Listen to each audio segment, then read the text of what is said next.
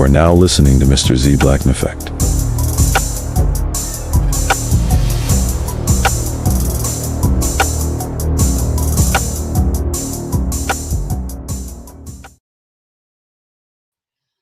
What's going on, y'all? What's going on? What's going on?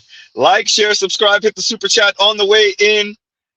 So I realized that I did not do a part 2 to the male loneliness epidemic, and I said I was going to do a panel discussion and everything, and that was what, a few weeks ago? Jesus, my apologies, y'all. My apologies. So I said, you know what? Yeah, let's get to that. And so today's stream is not gonna be too long of a stream. We will be having a panel. I'm gonna try to make this somewhat quick. Z, not you. You're not gonna make it quick, Z. You're not gonna make it quick. Probably. Okay, there we go. There we go. Saints here said male loneliness. Right. So the previous stream we emphasized how the system is benefiting. I'm gonna go through that again. I'm gonna emphasize that. We're gonna read certain things that we read already. We're gonna go over some of the same stuff, although we have some new materials to cover, a few new materials to cover. Shout out to Manosphere Highlight Daily. We're gonna play a bit of Chris Williamson, so you know we're gonna have to get our fair use on. Talking about that, fair use, fair use, fair use, fair use. Right. So we'll get underway with that. I actually do want to start off with the Chris Williamson clip. And then we'll continue, because relationship increasingly, intimate relationship and romance increasingly is a luxury item. We've been saying this for years now, and you're just now hearing some of the academics, demographers, researchers, sociologists saying that now. They are super late. We have been saying this for a long time now, right? And what happens when autonomy and a form of hyper independence, but not really? What do you mean by that, Z? We'll get on the, we'll get to it. We'll get to it. But let's start off with the Chris Williamson clip so we can kind of ground ourselves. Continuing. You get things like women being told that, like, when you get married, you know, it's like your individuality is done. I mean, on some level, yes, that's true. It is. No, it's our modern culture that basically has shifted our values in favor of individualism and hedonism. And but men get told the same thing about individuality. It's true, but I think women have a lot more to lose. So it's sort of men feel like they become complete when they have their wife and their kids. Whereas women, what you're being sold is you're going to lose yourself once you have kids and your husband. You no longer exist as an identity. And in a world where everything's about you, that's terrifying. Also, women are raised to want to always be 20, to always try to look 20. When you see, you know, older female actresses now, they still look, or they're trying to look like they're 20. Like there's no model for like a matronly middle-aged woman who has a lot of kids who's kind of cool. But like maybe that sort of thing can't be flexed on Instagram. So I think the way that, I mean, it can be. Right, but it's not. But the current algorithm market dynamics aren't exactly rewarding that, right? People aren't showing the diaper changes at 3 a.m, other than to say, look at how horrible this is. And I think that it's an important thing to kind of give compassion to women about, which is the things that you are rewarded for and are most visible have changed rapidly over the last 30 years. Yeah. And what is now being valued more than ever is youth, fertility, freedom, status, the opportunity to do what you want, independence. And that is not just something. Let's pause right there. Chris Williamson hit the nail on the head. The problem is when you scale that to too many women, when you turn intimate relationship and romance with men into a luxury item, you get where we are now. When it becomes a hyper status competition, not simply amongst the men, but amongst the women, where the women say, I would rather be single. Or I would rather be the fun toy for the elite man. Because my status, my status will take too much of a hit being with Mr. Regular or below average. Unless below average, you know, is a specimen, which would mean he's not below average, or below average could stretch me out real good, giggity. This is a problem that this society is having at scale. It's not the one individual woman. Shout out to Milton Friedman, right? Shout out to Frederick Hayek. Shout out to Ayn Rand. We're here now.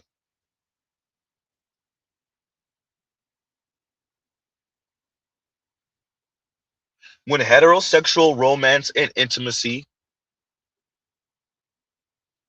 increasingly becomes a luxury good and a status symbol, the women say, I bet. And at scale, well, you could kiss your population goodbye.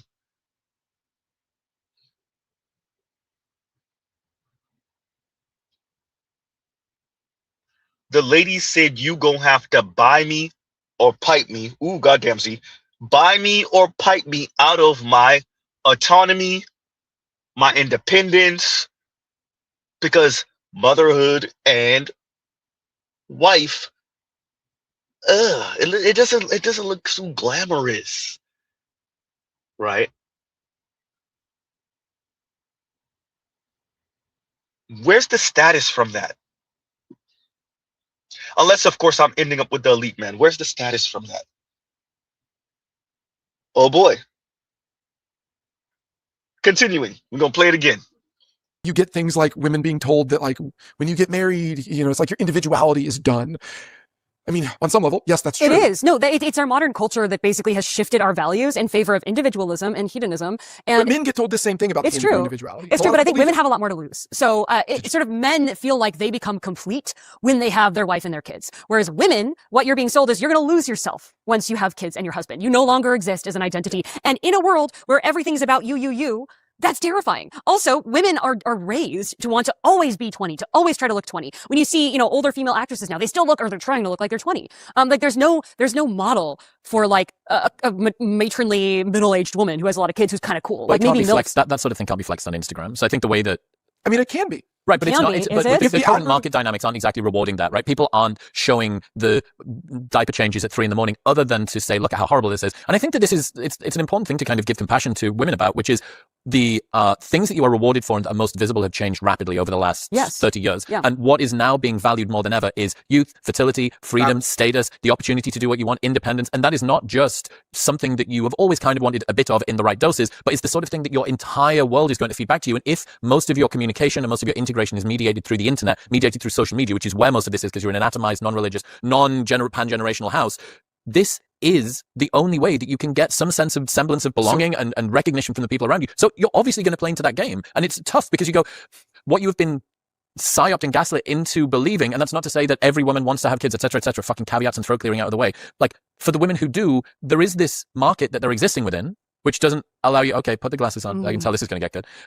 There is a market that you're existing within which penalizes lots of the things that come along as a byproduct of becoming a mother. Well, and there's no market for hag maxing. No one's going to make money by selling hag maxing. You can't not sexy sell. enough. It's not. Well, and who's going to make money from it? Like, if you invest like Sundress hard. companies? No, not even that, because they emphasize, companies. your busty youth, right? The milkmaid dress is all about perky breasts. If you've got saggy pancakes, you're not wearing a milkmaid dress, okay? Like, it's just, no one's going to make money from a woman stepping back and investing in her family, and supporting things from behind the scenes. And that is where the she economy comes in. No one is going to make money from what she said, from a woman optimizing or maximizing or focusing on family and et cetera, et cetera. Yeah. Not necessarily true. I actually disagree with her on that. But currently we don't have that society.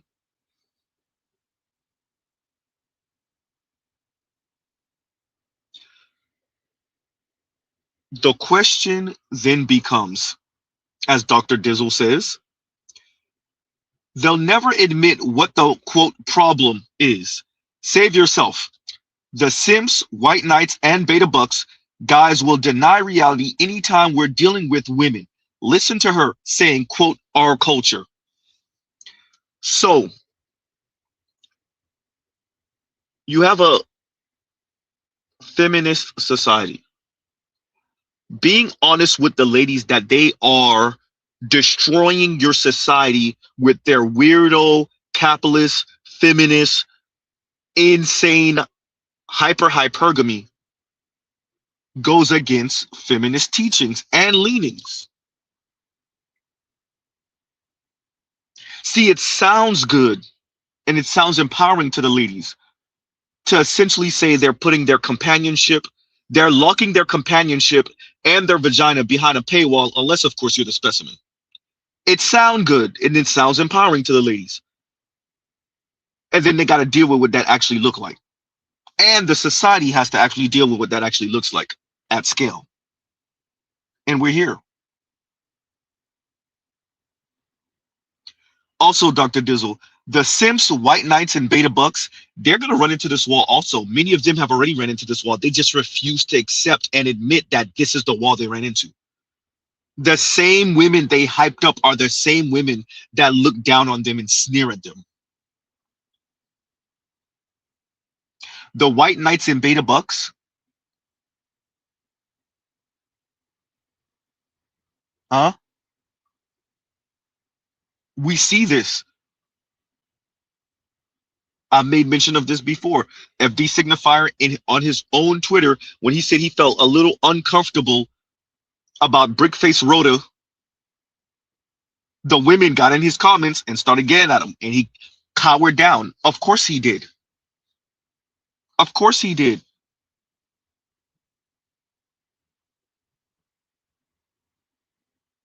Huh?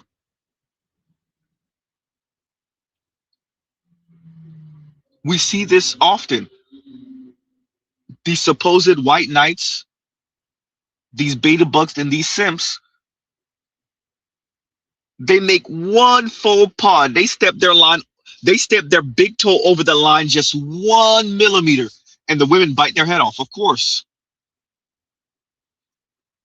Huh? Of course. And as Indigo Flow says, Negro folded like fresh laundry, and them dudes always fold. For no other reason than I put too much stock in this direction. Huh? I can't let the Mr. Z's of the world know that they're right, even though we already know that we're right. We don't need your approval. Huh? And some proof of this coming from women's mouth themselves. Continuing, Z. There's like, you know how people are outside and they ask women like questions or whatever, just walking past. So they've been asking this question, and they asked a woman on the podcast recently, would you rather be a side chick to a athlete, like a current athlete, or would you rather be married to a plumber? And so she answered like, that's really hard. Mm-hmm. And Tony Baker responded to it and was like, shut the hell up. He's like, I'm so sick of these conversations. Like, why is that even hard to answer, right? Like, you would rather be a side chick to Stephon Diggs than be a married to a plumber who can actually have a successful plumbing. Plumbers make money. I hope y'all know that. Plumbers can have it's not an attractive job, but there's a thing now where women are like, I only want a man with an attractive job. Yeah. Like construction, man, they make bank. Longshoremen's like, they make money. Like, they're making like a cool amount to really be able to put you up, get you somewhere cracking. But women are like, I only want attractive jobs now, which are what? I guess athletes, actors, musicians, entertainment, sports and entertainment. And the people rather be a side chick than married to a man who has a successful business. That's not an attractive job. That blows me. I don't give a damn if a man was changing lights and he was making cool money and you had me sitting right. Because you know what? A lot of women get with these men and they don't even take care of them financially. You just like the idea that they have money and the man ain't even doing shit for you. Period. You just like the idea of, oh, I'm with this man. Oh, I'm messing with this person. You just like that idea, but you don't even be getting nothing. But this plumber man could be building you a whole life, build you a house, have you a whole house, cars, everything good, really taking care of you and respecting you like you're his wife. That is a woman. telling you that other women want the status so bad that they will be the side chick to the rich guy who's still not chipping them off any real money. Well, damn. They will choose side chick to the rich guy. Ms. Z, holding back laughter. Who's not even chipping them off any real money than to be married. I'm tired of this plumber example. Cut it out. We're talking about average, regular earning women. Average income earning women, median income earning women. This is $45,000 a year earning women if she even earned that much. Huh? Stop comparing them to plumbers and plumbers who own their own business earning $100,000+, $150,000, $250,000 a year. Cut it out.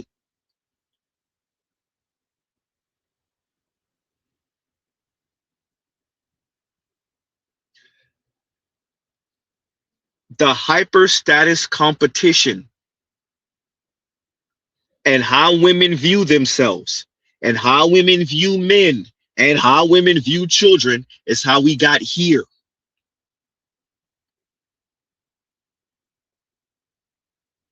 The internal hyper competition amongst women is how we got here. The women using the men to signal their status. Shout out to Future. I would rather be Future's, 12th baby mama. I would rather be Future's 12th baby mama than be married to Rodney from down the street who earn a cool $65,000 a year. Huh? Now, a bunch of this stuff is jumbled up because those women will be Future's baby mama, then turn around and then be Rodney from down the street baby mama after the fact, but they already secured the bag through Future. Huh? None of these things are strictly this is what it is. The women are doing everything. Let's be very clear. They're doing everything with everyone. There are no rules. Huh? She gave vagina to Lil Wayne. She gave vagina to the janitor also. The same woman. It's what fit them in the moment. It's how they feel in the moment. Moment to moment. That's the kicker. It's what benefits her right now and what she can justify and sometimes not even justify. Huh?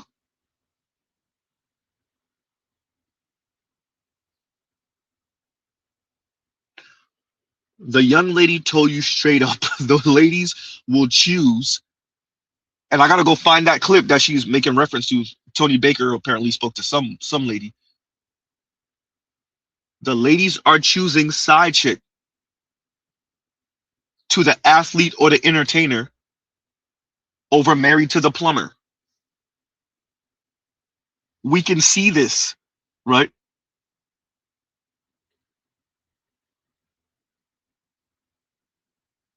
Indigo says, Z, you're saying they don't have any standards? Yes and no. The ladies do what they want to do when they want to do it. They are fully autonomous, independent, free thinking, free feeling human beings. The ladies are doing whatever they want to do. So I'm not necessarily saying that the ladies don't have standards, although I'm also saying that the ladies don't have standards. I'm saying they're doing whatever they want to do and then coming up with whatever answer after the fact, if even.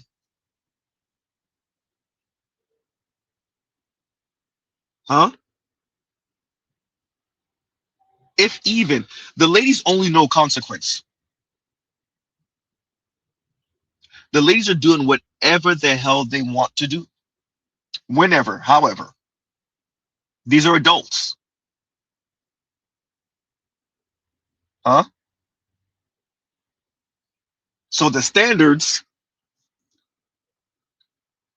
the one thing that gets the ladies that's a bit embarrassing is when they tell you what they not gonna do, what they won't do, and then life puts them in the position to do it. All the ladies with their nose in the air telling you what they not gonna settle for, what they not gonna do, and then life puts them in the position where the only one that could save their ass is that same man that they said they would never, well, do. So now the ladies have a choice: loneliness and starvation, and a whole bowl of humble just to save face. Will you end up with the man who probably does love you and is going to do right by you? Or are you going to stay single and say, you know what, I just never found a man on my level?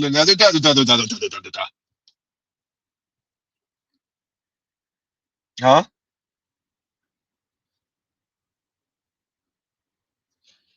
Yikes.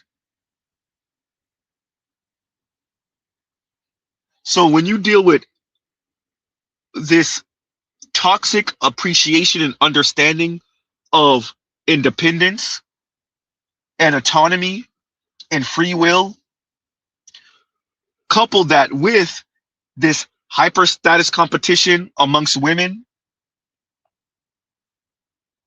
and then you deal with and see how the ladies cope with it. Oh, absolutely fascinating. And shout out to Manosphere Highlights Daily. Like, share, subscribe, hit the super chat. I'm gonna read those super chats in a minute. Little chart that I put together, so allow me to present them to you. Gentlemen, I want you to pay close attention to what she is not saying. Let's see if you catch it. Okay, so now the chart, and I hope you can see this pretty well. So anyway, I've got a couple situations at the top. First one, I get remarried. Second one, I stay single. All right, and then here we've got status and whether or not I die alone. So here, in the remarried situation, status here is we're happy and I die first. Nope, I don't die alone. Okay, so second one, I'm happy and he dies first. Look, yep, I'm dying alone. Okay, third one, we are unhappy and we get divorced. Yep, I'm dying alone then.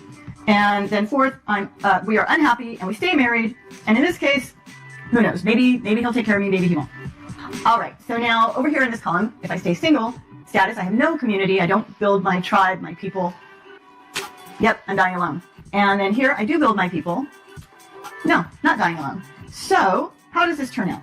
Okay, so if I get remarried, statistically, in these scenarios, I have a 50 to 75% chance of dying alone. Got it? Okay, and if I stay single, in these two scenarios, I have a 50% chance of dying alone. So really, best case scenario, my chance of dying alone is the same.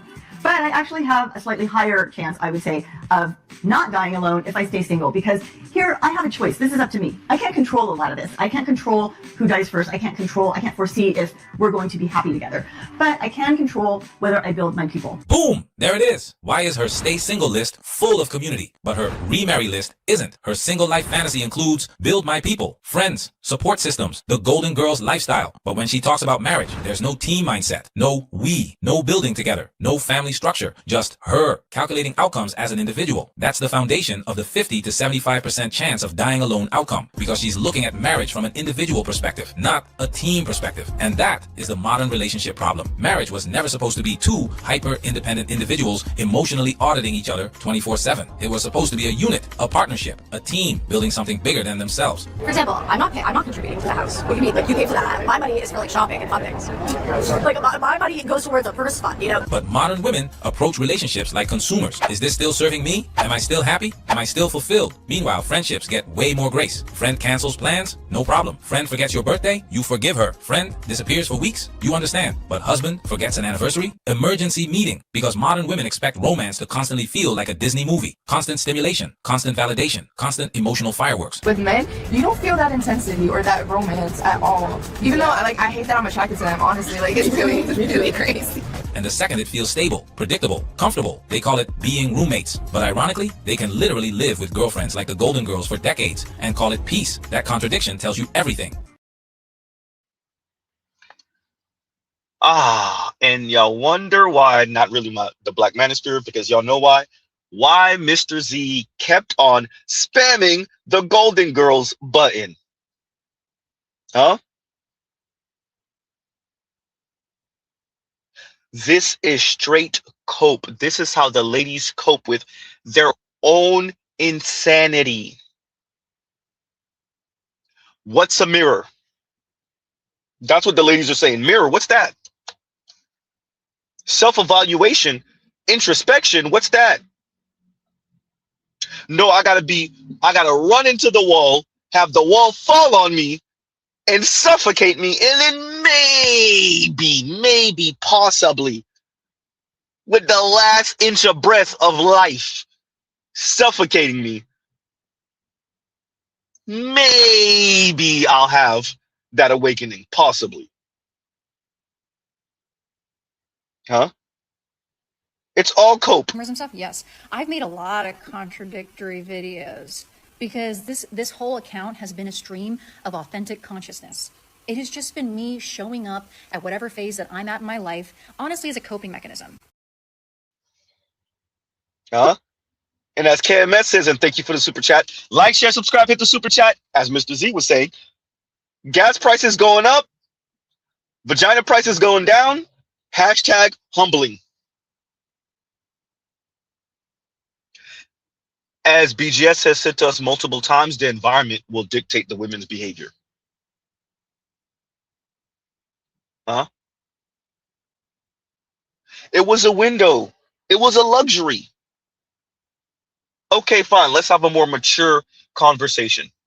It was a luxury. And some of the extras who are going to be around, I'm talking about women, who are going to be around for maybe another 2 decades if they're lucky, maybe 3, the millennials, and all of Gen Z, even the ones in their teens, but especially the adult Gen Z, women, it's going to be difficult for them because there was a window where you could be that asshole woman and still not die of starvation. You could be combative. You could be aggressive and get you a nice little job, have a nice little career, maybe a couple of kids out of wedlock, give men the middle finger, and piecemeal a life. Still travel, go to brunch with your girlfriends, have 1 or 2 dudes to knock the cobwebs out when you need that itch scratched, right? An older guy and a younger guy. The older neighbor down the street and your younger coworker. Neither one of them know about each other. And Julio a few blocks away with the mechanic shop when you want to get a discount or you want him to do some labor giggity for free. Women were pulling that. White women were pulling it. Black women were pulling it. Latina women were pulling it. Even some of your Asian women were pulling it.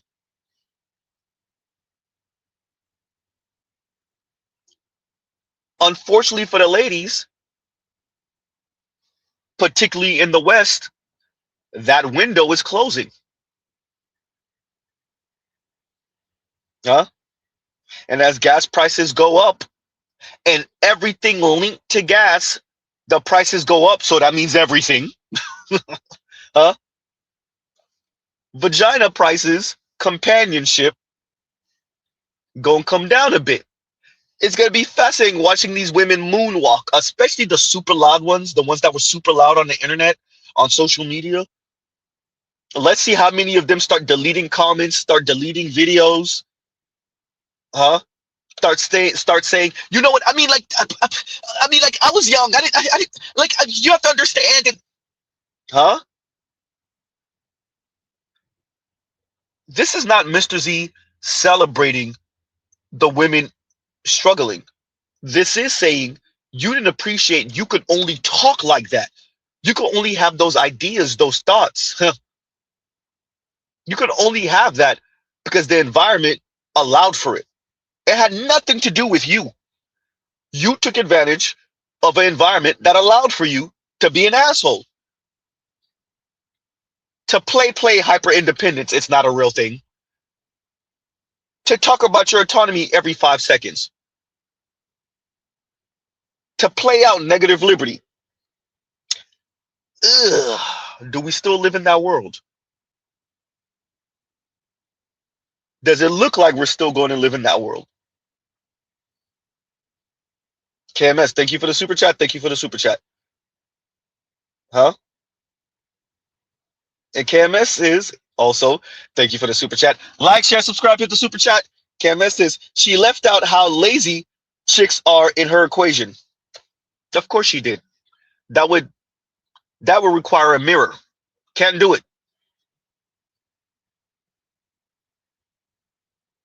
Huh? That would require a mirror. And the young lady can do it. 57 years old and still with the cope talk. Huh? What we have to shout out Manosphere Highlights Daily for emphasizing is what Rebecca Lynn Pope pretty much told us some years ago, at how people, women, evaluate intimate relationship. I didn't skip your super chat line. I got you. How women evaluate intimate romantic relationship with men in comparison to their girlfriends, to their friends, to their homegirls, and how much runway and how lenient and how much space and grace, Mr. Z Ramen, the ladies give their other homegirls, especially in comparison to their boyfriends and husbands, and even the around the way guy knocking out the cobwebs. How little grace the ladies show those men. I would also submit to everyone, this is what happens when you have a few decades of feminism informing the ladies that they are infallible in relationship to men. That they are infallible in relationship to boys and men. That girls and women are omnipotent, omniscient in comparison to boys and men. They are far more emotionally intelligent. They are morally superior. They are morally going in the right direction.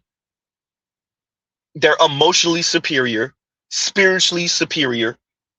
This is how women have coped with their toxicity. What toxicity, Z? Female toxicity. What's that? Huh?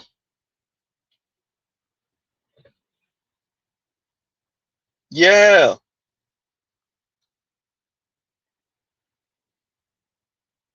The ladies have found ways, especially amongst each other, to make up for being absolutely insufferable in heterosexual relationship. Yeah. Whether it's mass media, whether it's their friend circle, family, simp ass white knight men, the ladies have built an echo chamber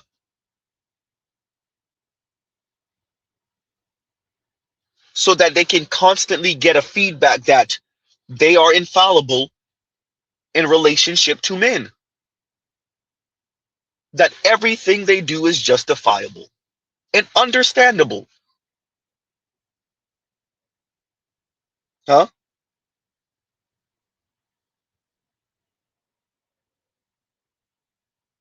It's not until they are left damn near destitute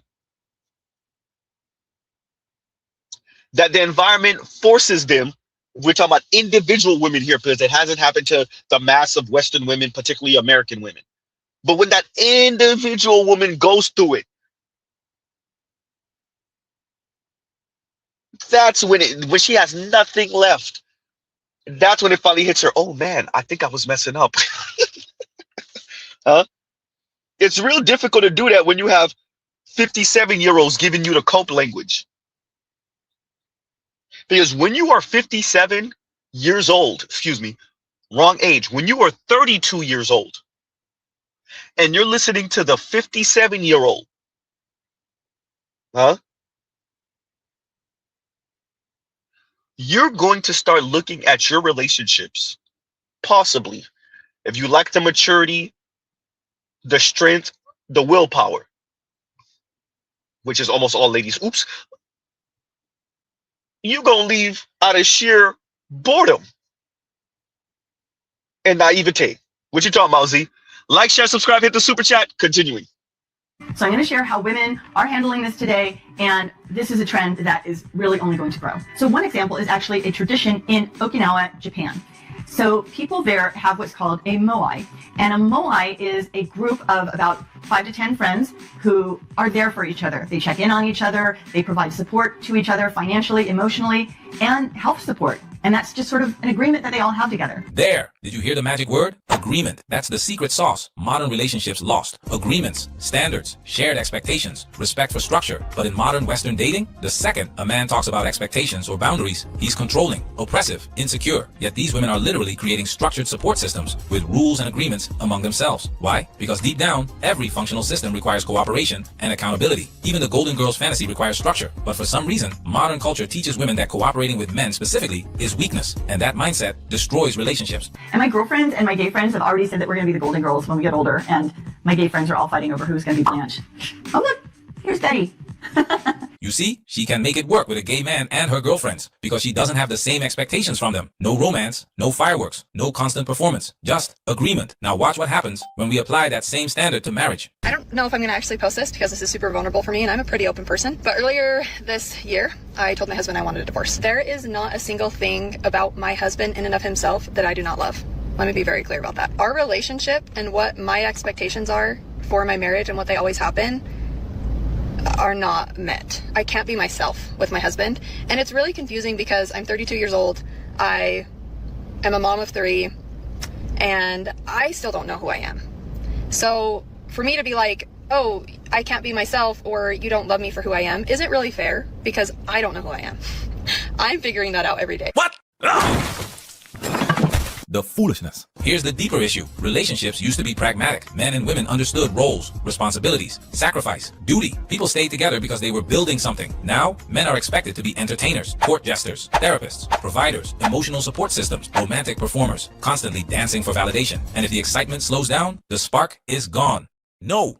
Real life started. That's why modern dating exhausts men, because relationships became performances instead of partnerships, and performances are impossible to sustain forever.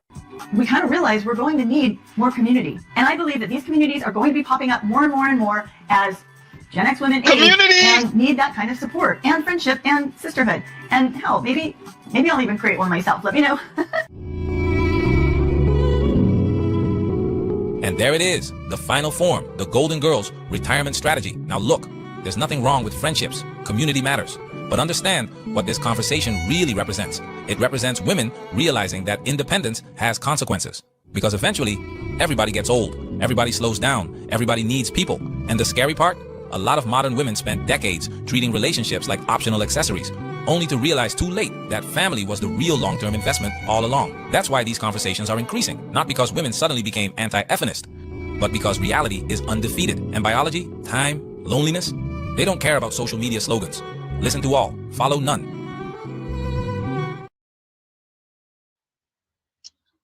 The ladies are playing a very, very dangerous game with themselves and society. One of the common sayings on this channel is, this is not sustainable, because, well, this is not sustainable. Huh? This is not sustainable. And Lion says, and thank you for the super chat, fine. Side chick means you're expendable and you will be treated as such. Some will get mad, but men don't care. You know,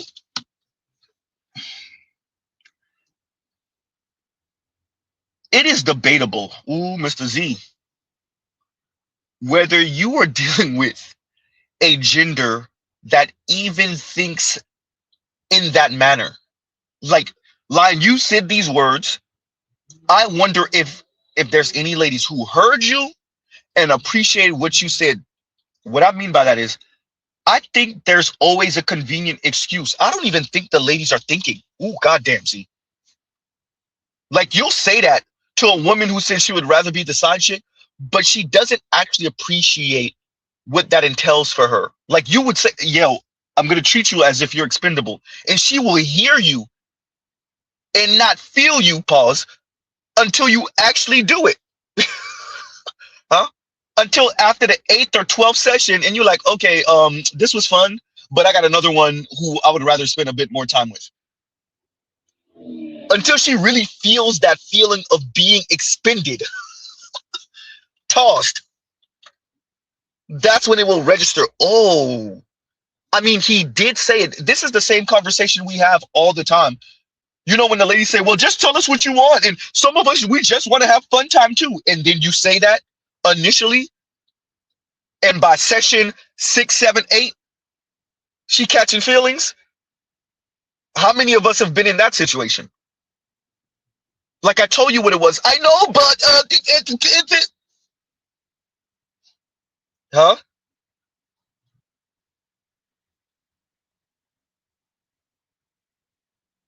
It's we have built a world that is comfortable enough where the ladies don't have to deal with the consequences immediately. Now, on a long enough timeline in their life, they're gonna have to deal with that. But there are friends, and there are family members, and there are associates and co-workers, and the ladies themselves will come up with convenient excuses. Right? Very few women, and that's why a couple years ago when we had that more seasoned black woman who said, you know, I divorced my husband. And why did I divorce my husband? Because I thought I was better than him, and because I got this promotion at my job, and da-da-da-da-da. And many of us as men was like, oh crap, she's actually saying it. That's super rare. It's not super rare for a woman to do what she did. It is super rare for a woman to admit that the things that she's dealing with or had to deal with after the fact come from her being naive, whimsical, selfish, and destroying a relationship with a perfectly okay man. That's what's rare. It's not rare that a woman does that. It's rare that a woman admits, God damn, I went through it because I was being dumb. Or because I thought I was better, as the more seasoned woman said. I don't know what you're talking about, KMS. Huh?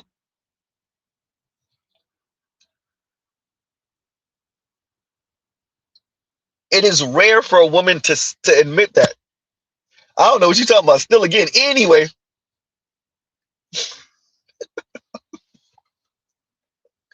Right.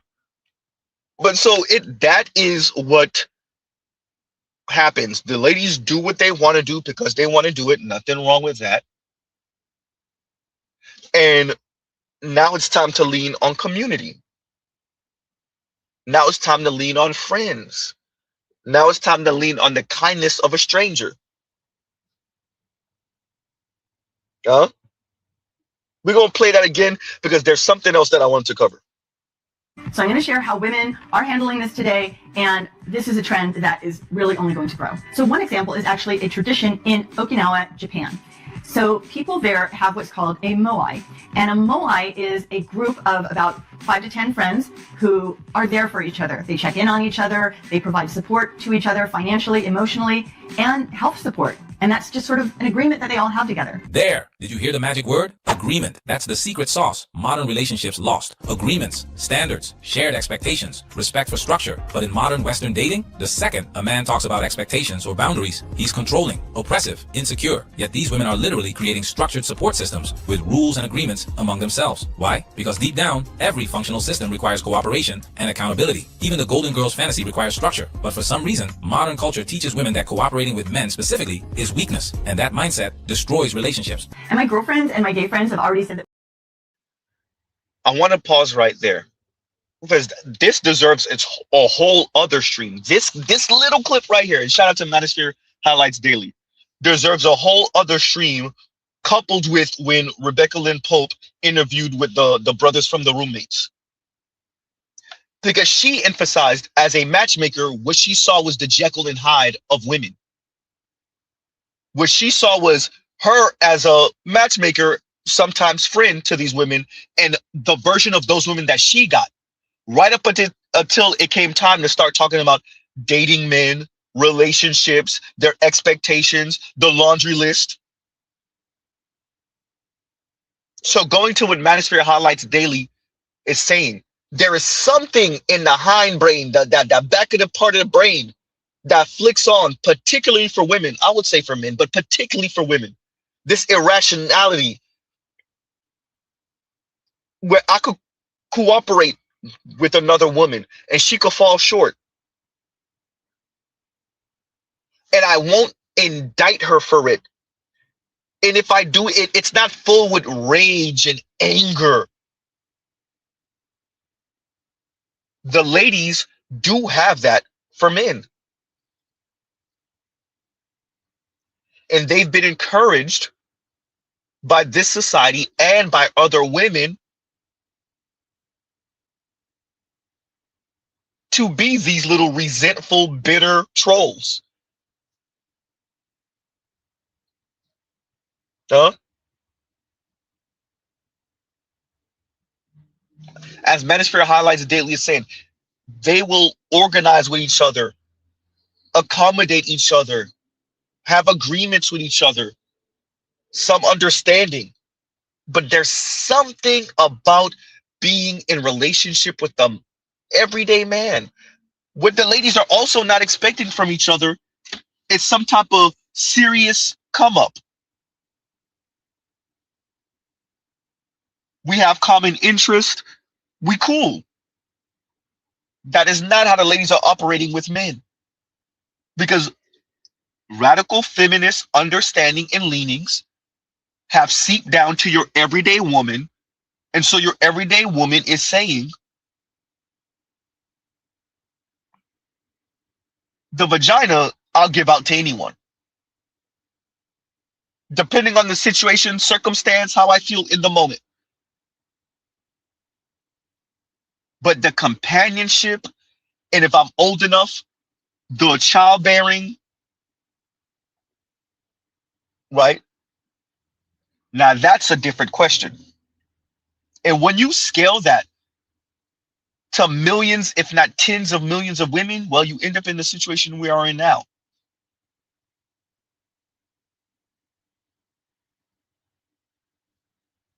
Right? At scale, your birth rate goes to crap. What we're finding out is it's not that a bunch of women are only having one child, maybe two if you're lucky. It's that certain women are having one and two and maybe possibly even three children, and other women are having none. And the share of women that have none is what's increasing. No children. Zero, zilch, nada. This is where autonomy comes in, and independence, and just laziness and selfishness. And that wouldn't be a problem if it was one woman. Wouldn't be a problem if it was two. But at scale, and from my understanding, and I should have recorded it, that same clip that I played with Chris Williamson, the older, more seasoned white man said something along the lines of 40% of your current 15-year-old women would not have children. That's 40 out of 100. That's where we are. That is a problem. If you want to know why your white technocrats are throwing a goddamn fit, here you go. 40% of your current 15-year-old-ish women or young ladies,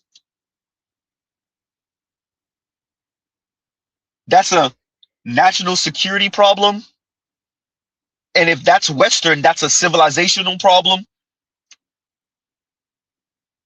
Huh? Yeah.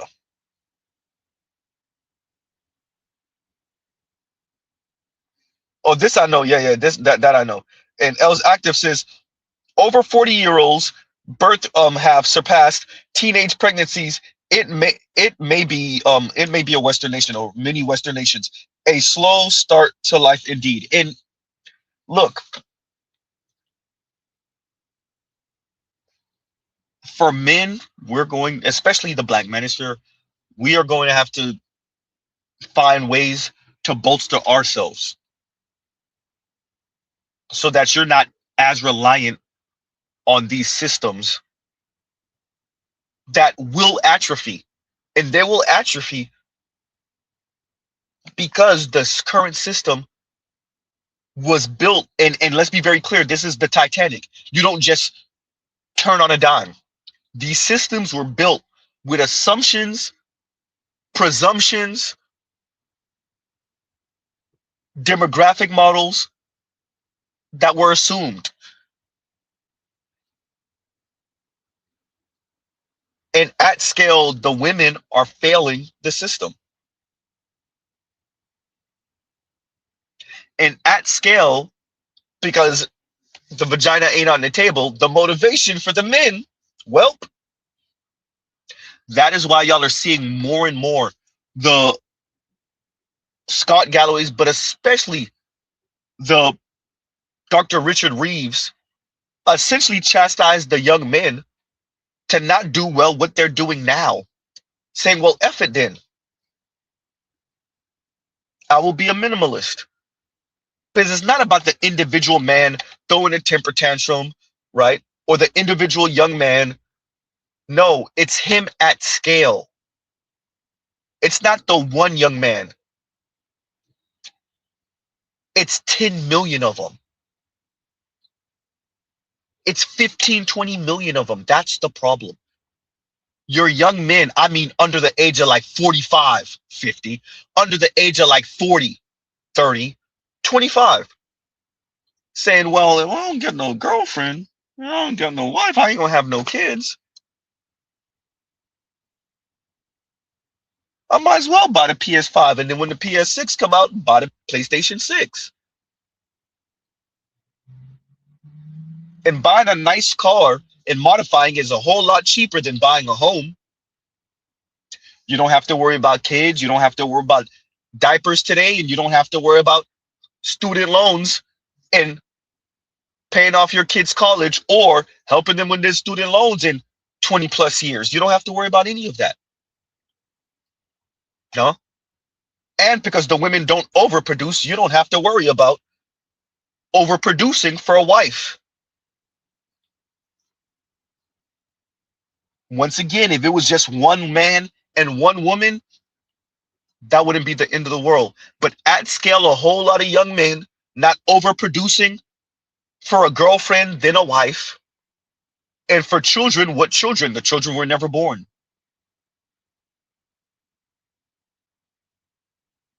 At scale, you have a problem. Also, the problem with 40-year-olds having their first child at 40, and by the way, it's 7%. Let's say it again.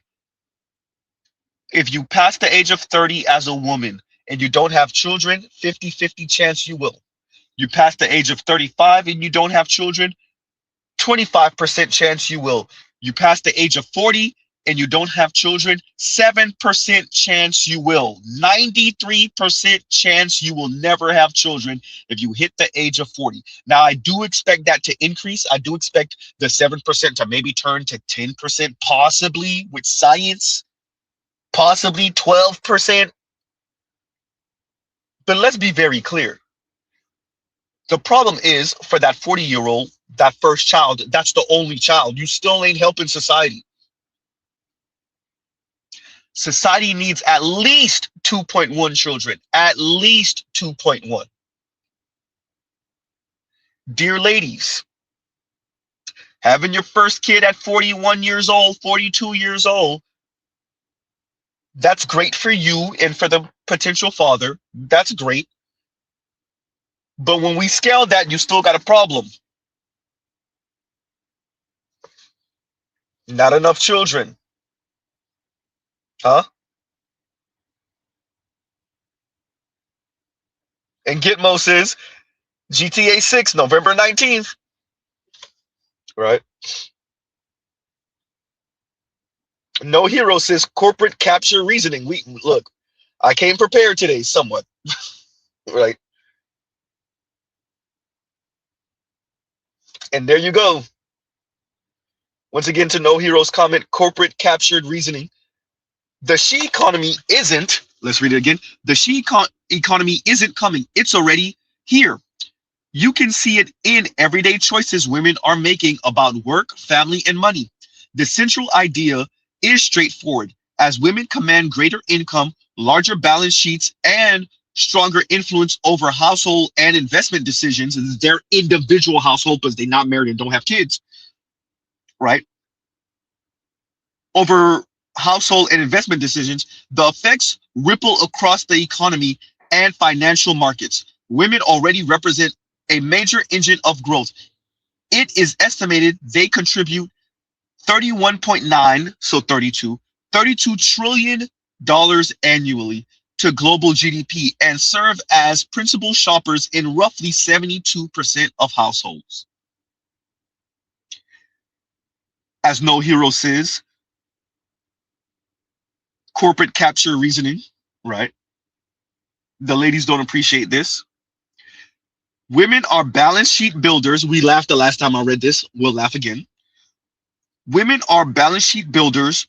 Rates of home ownership have converged between men and women over the past 4 decades and are now roughly equal. What's more, women's average home values are higher than men's. Have you ever considered that women are overbuying, which is actually goes against what we watched when I played this last time, I want to say, where at least I can't remember what part of Florida it was covered. I want to say St. Peter, St. Petersburg, whatever. But the ladies' homes weren't as nice as the men's homes in that coverage, but okay, fine. Anyway, continuing. Women's average home values are now higher than men's.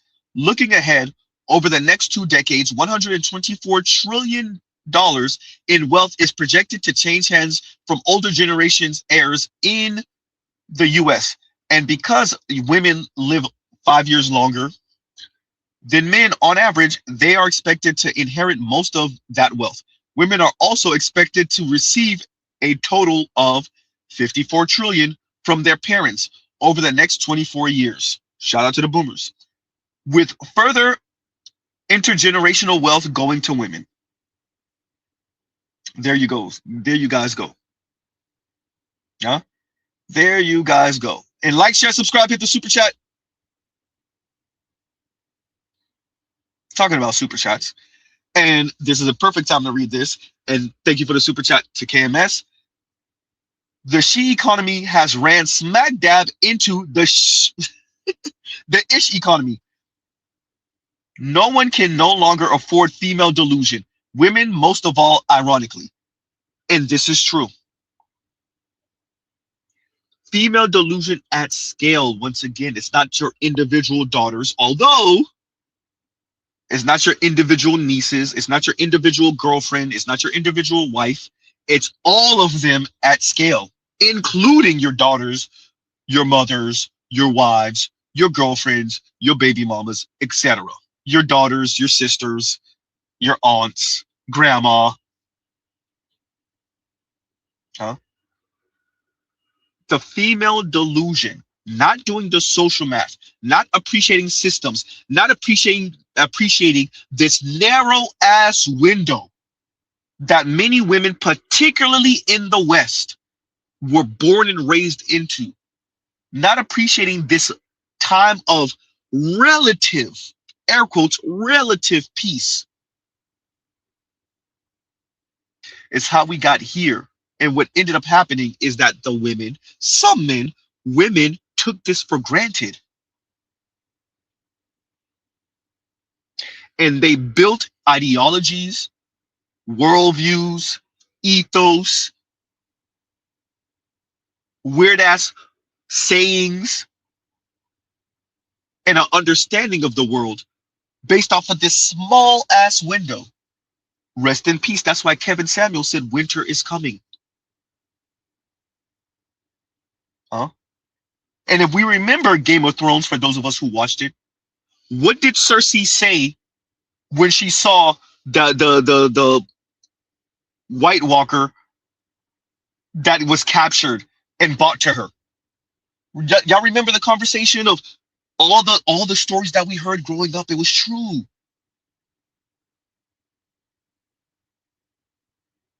Yes, the stories of the tough times were true. Huh?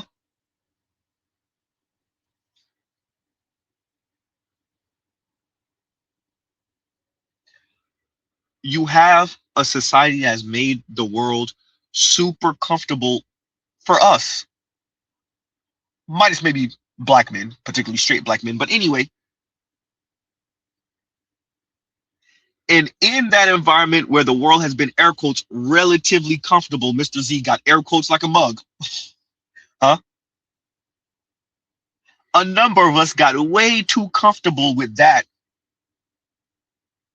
And it has caused us to be not only delusional, but absolutely useless to the masses. It's not simply delusion. The masses of people, women, are useless. And here's the kicker. Being useless, that's part of the draw. I want to be a woman of leisure. Huh? Part of the status, part of this hyper status competition is being useless. Huh? That's part of the game. Huh? KMS says black men play life on all Madden. And me as a race car game guy, black men play life on Forza's Unbeatable. Huh? Compassionate says, and with a broken controller.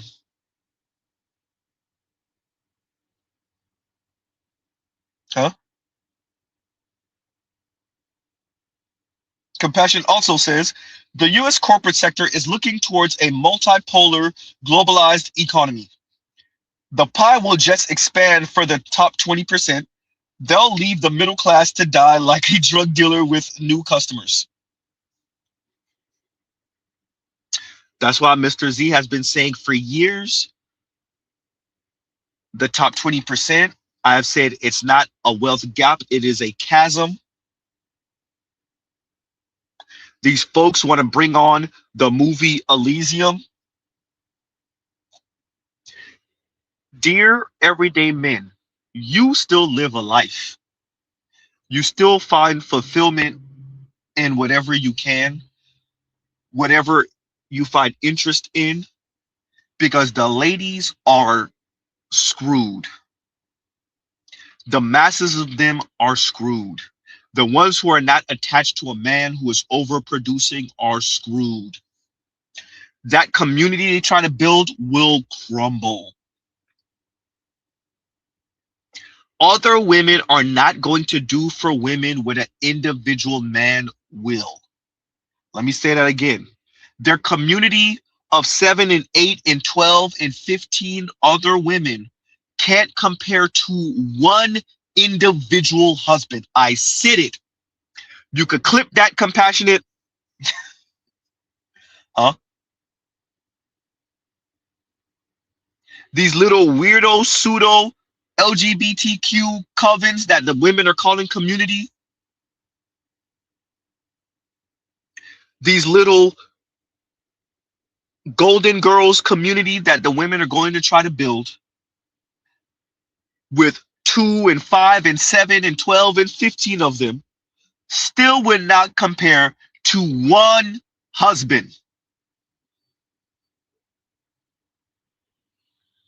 Dare I say, one boyfriend that actually gives a F about you as a woman.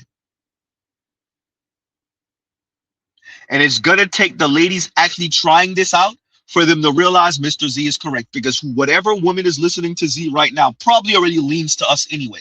Whatever random woman is listening to Z right now, go ahead and press your luck.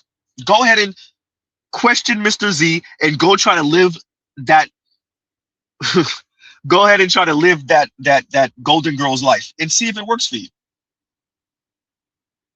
Huh? Call Mr. Z's bluff.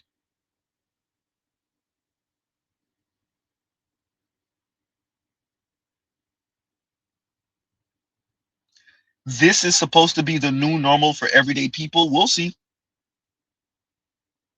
Mr. Z doesn't see it turning out well. Continuing. Like, share, subscribe, hit the super chat. You get things like women being told that, like, when you get married, it's like your individuality is done. I mean, on some level, yes, that's true. It is. No, it's our modern culture that basically has shifted our values in favor of individualism and hedonism. And but men get told the same thing about individuality. It's true, but I think women have a lot more to lose. So it's sort of men feel like they become complete when they have their wife and their kids. Whereas women, what you're being sold is you're going to lose yourself once you have kids and your husband. You no longer exist as an identity. And in a world where everything's about you, that's terrifying. Also, women are raised to want to always be 20, to always try to look 20. When you see, older female actresses now, they still look, or they're trying to look like they're 20. Like there's no model for like a matronly middle-aged woman who has a lot of kids who's kind of cool. But like maybe that sort of thing can't be flexed on Instagram. So I think the way that, I mean, it can be. Right, but it's not. But the current algorithm market dynamics aren't exactly rewarding that, right? People aren't showing the diaper changes at 3 a.m, other than to say, look at how horrible this is. And I think that it's an important thing to kind of give compassion to women about, which is the things that you are rewarded for and are most visible have changed rapidly over the last 30 years. Yeah. And what is now being valued more than ever is youth, fertility, freedom, status. Before we get to the rest of that, the things you are rewarded for have changed drastically. Rest in the most rancid, toxic, disgusting urine in the world, Milton Friedman. Same thing with Ayn Rand. All the Chicago boys, quite frankly. You push hyper individuality.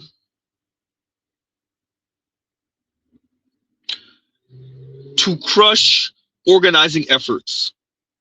And here we are some 4 or 5 decades later. And this is what it's resulted to.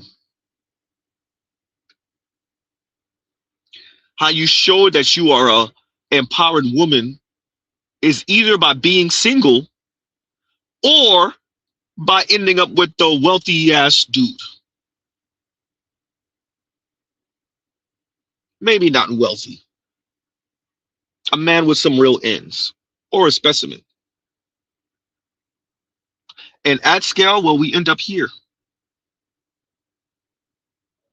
Listen to what Chris Williamson is saying.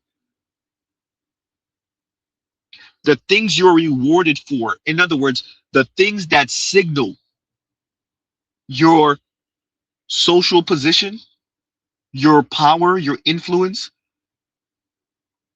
as a woman, and as the young lady was saying, it costs more as a woman to be in a relationship. That's what she was signaling. Now we know that men overproduce. We know that men still earn more than women, including in relationship.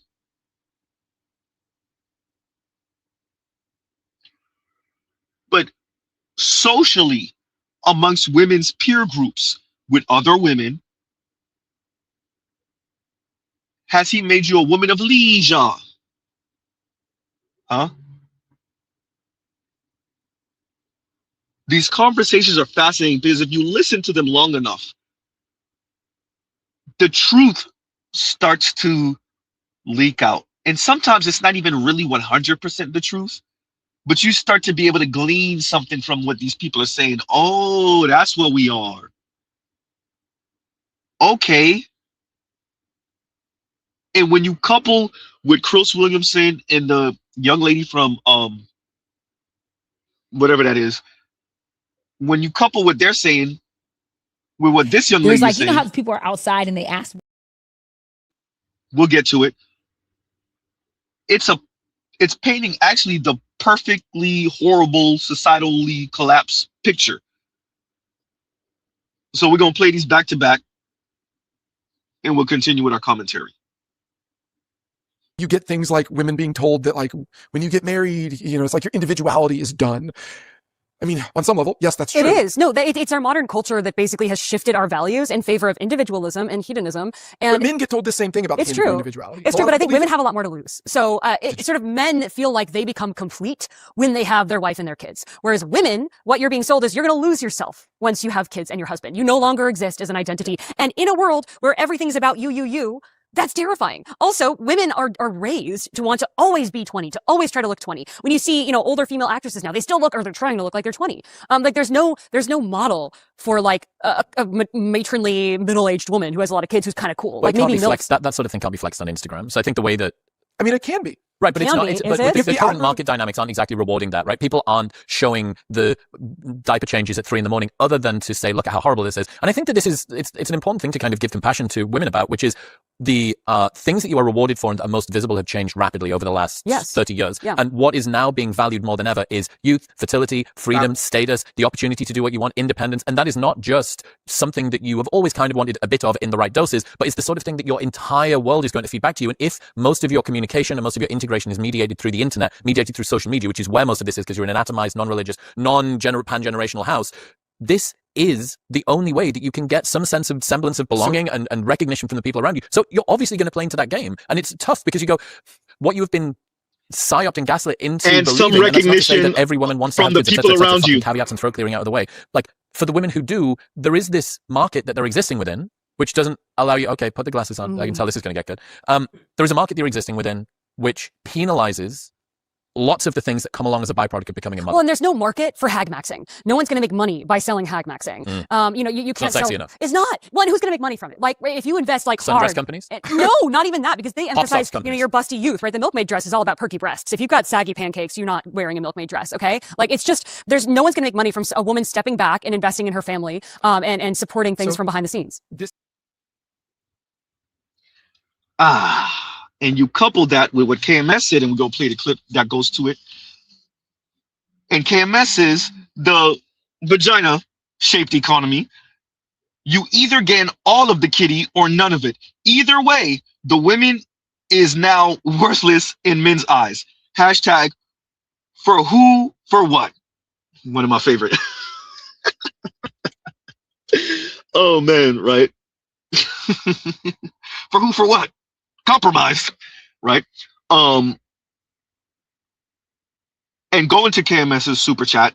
There's like, how people are outside and they ask women like questions or whatever, just walking past. So they've been asking this question, and they asked a woman on the podcast recently, would you rather be a side chick to a athlete, like a current athlete, or would you rather be married to a plumber? And so she answered like, that's really hard. And Tony Baker responded to it and was like, shut the hell up. He's like, I'm so sick of these conversations. Like, why is that even hard to answer, right? Like, you would rather be a side chick to Stephon Diggs than be a married to a plumber who can actually have a successful plumbing. Plumbers make money. I hope y'all know that. Plumbers can have it's not an attractive job, but there's a thing now where women are like, I only want a man with an attractive job. Yeah. Like construction, man, they make bank. Longshoremen, like they make money. Like they're making like a cool amount to really be able to put you up, get you somewhere cracking. But women are like, I only want attractive jobs now, which are what? I guess, athletes, actors, musicians, entertainment, sports and entertainment. And the people rather be a side chick than married to a man who has a successful business. That's not an attractive job. That blows me. That blows me. I don't give a damn if a man was changing lights and he was making cool money and you got me sitting right. Because you know what? A lot of women get with these men and they don't even take care of them financially. You just like the idea that they have money and the man ain't even doing shit for you.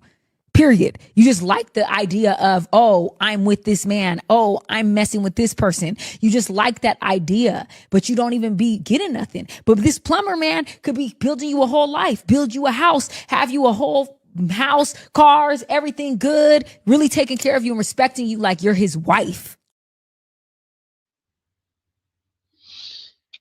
And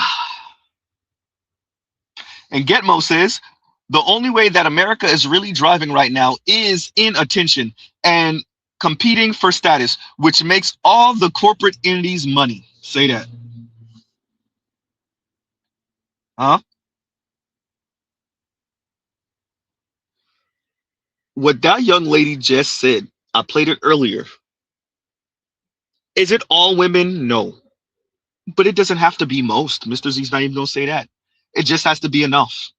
Enough of your ladies would rather be the side chick, and you have a problem. I want to be clear. When we speak about these things at scale, it don't ever have to be most. It just has to be enough. Sizable minority. Now you have a societal problem. Huh?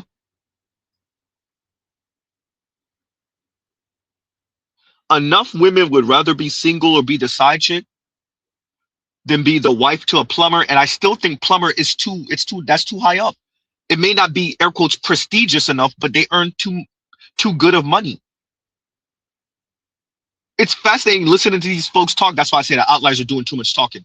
It's fascinating listening to these folks talk because what they see as menial are people that still making a couple $100,000 a year, $100,000+ a year. They cannot for the life of them have the $50,000 a year conversation. Even if we're even a little bit generous than that, the $65,000, $70,000 a year conversation, they can't have it, let alone the $45,000 a year, $40,000 a year conversation. 45, that's the median income in America. These folks that have microphones all across America, even if they are the $45,000 a year person, they can't have that conversation for the life of them. Because what they're telling the $45,000 a year person, man and woman, to be frank, is why don't you just crawl in a hole and die? I don't really know what to tell you. I don't know what life you're living. I don't know how to right empathize with your existence. I don't know what if I was like, here's the thing. The ladies that are earning or that came up on some real money, they really don't know what to tell the $40,000 a year woman or the $38,000 a year woman about the $45,000 a year man. They don't know what to tell her. Other than, well, try to end up with the baller dude. If you can, it's better that you be single. They really don't know what to tell her. Huh? Because their advice sucks for that lady. Those outliers, what they sound like. This is what I tell average looking and below average looking women. If you can't date up, be alone. Life is easier that way. And I know that's controversial. I don't care. I don't care. And there you go. The she economy, right? The she economy when your median income in America is $45,000 a year. And y'all heard Chrissy's advice. That is Chrissy's advice, right? Meanwhile, because ain't nobody trying to be 60 and broke. I'm gonna keep it a buck. The data in this chart sucks, but there's hope. So the data in this chart suggests that Black women who have a degree but are single at 60 have a net worth of $11,000, which, as we know, that's just not enough to live off of.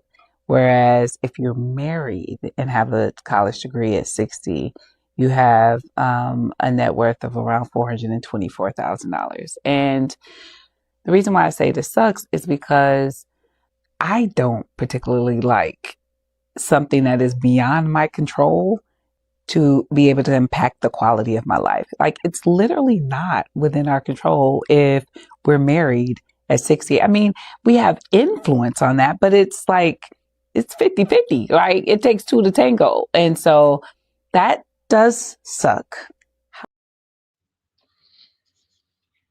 While Chrissy's telling these ladies it's better to be single if you can't marry up, if you can't date up. Yeah, that sounds good.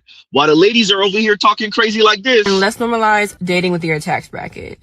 If you see that a woman is funding her own lifestyle, taking herself on trips out the country, buying her dream car, living her dream life, booking her own reservations, going to the nicest restaurants in town, and you can't double that, why are you trying to talk to her? We're confused. Find a woman within your price range. Oh, that sound good. Huh?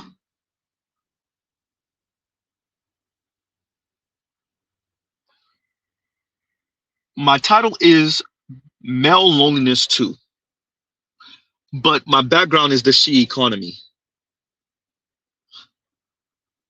What I'm emphasizing is there is no male loneliness epidemic, number one. Number two, if there was a male loneliness epidemic, there automatically is a female loneliness epidemic. And automatically female poverty. Goddamn, Z. Automatically female struggle. Well, damn. They don't earn enough. They don't overproduce. Not at scale. Don't tell me about some woman doing 55 hours a week with the mean face. Because if she's doing 60, 55 hours a week, she got the mean face. Huh? She got the resting bee face like a mug.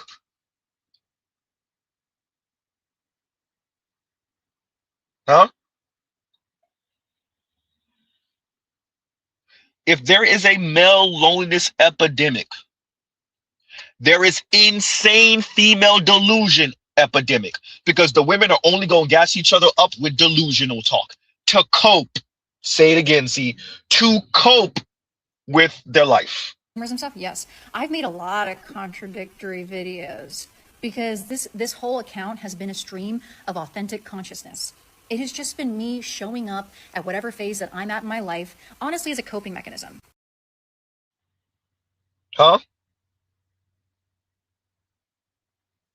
And Lion says, check the tax brackets. Most of you are in our price range. You broads do not read at all. See, the problem is, Lion, you doing math. M-A-T-H math. She's doing math, and shout out to Trell Bentley, M-A-F-F. What she is saying is her mere existence is worth more than your little paycheck. So you got to come with the extra. So yeah, you making 90, she making 40, but it ain't enough. Yeah, you making 55 and she made 48 last year, but it's not enough. Huh? It's not enough. What you find is the handful of folks that's making that crazy money, so the women that are making like 350, they'll marry a man making 300, 275. They'll marry him. 250. They'll marry him. She made 328 last year. He made 275. She'll marry him. I didn't just say have him knock the cobwebs out. No, she'll marry him. It's when you come down this way. Huh? That's when it becomes, I'm not settling. When you come down this way, the ladies that's making 80, they ain't trying to look at the dude making 65.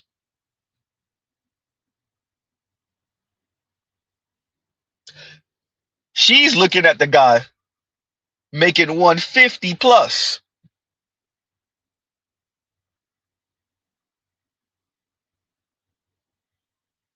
She's going to tell you how intimidated the guy that makes 65 is. No.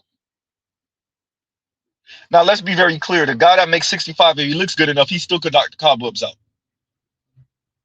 Let's be very clear. That still does not mean that he's not going to get the vagina. But the part, once again, we're talking about societally, the part that helps society, you know, them getting married and coupled and having 2.1 children, 2.3, 2.5.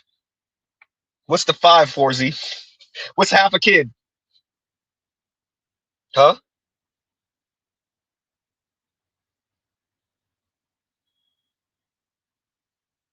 That's the problem. And Corieller says, and thank you for the super chat. Like, share, subscribe, hit the super chat. Corieller says, women think nothing counts against them. Exactly. Nothing. Absolutely nothing. Being on the carousel until they damn near 40 shouldn't count against them. High body count shouldn't count against them. Their womb being a goddamn grave shouldn't count against them. They didn't just have one baby deletion. Homegirl in her mid-30s, she done had 6 baby deletions. Shouldn't count against them. Huh? Being shaped like a goddamn cue ball shouldn't count against them. Shaped like a goddamn Hummer H1 shouldn't count against them. Huh? Horrible attitude shouldn't count against them. Being a disciplinary problem shouldn't count against them. Okay, for some of us who are okay with a woman who has a kid. Okay, she has 1 kid. Okay, but she's, you know.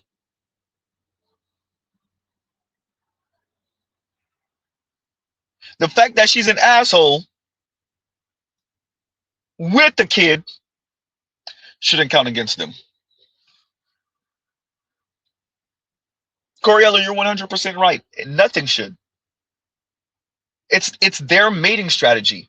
Their mating strategy is, I'm infallible. Whatever station I am in life should not count against me. This young lady right here, I'm supposed to settle for a regular type dude. So I'm supposed to settle for a regular type dude, had a whole chest tattoo, is a bit overweight, a bit Z, I'm being nice, a bit overweight. As Kevin is speaking to her, she's demanding 6-figure plus man. But she's saying to Kevin, I could work on that. I could change that. I could work on that about herself. So appreciate, she's not willing to, air quotes, settle. Now we know she ain't settling. She's not even getting a dude on her station. She getting a better than her. Homegirl has, I think she had, what, 2 children? 2 children, chest tattoo, overweight. Children born out of wedlock. She's telling you, I could work on these things. You can't work on them kids unless you're trying to delete them. She's telling you, I could work on that. I could work on that. Meanwhile, she's demanding from Kevin a 6-figure man. To Corieller's point, the women think nothing they do should count against them. She had a whole chest tattoo. I could put makeup on that. I could cover that up. And what was she going off of in that clip? Now I have to put it in the damn description box. What was she going on in that clip? Well, I see these rich men with these average women all over the place. I see them with those women, more often than not, probably non-black women, they got in early.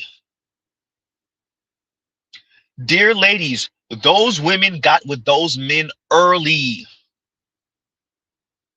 Oftentimes, those are the same women that y'all made fun of, especially if they're white. Those were the women y'all were making fun of when they were waving around their wedding rings in college. When they were getting married right out of high school, a few years out of high school. Those were the women y'all made fun of. Those white women, some of those Latina women, yeah, she might be frumpy now, but he's invested. They got 10, 15 years in the game, 20 years in the game. That's why you see her at the 5-star restaurant with him. Meanwhile, you at the 5-star restaurant with your homegirls, and y'all gonna try to split the bill at the 5-star restaurant. Huh? The men and the women invested in each other early.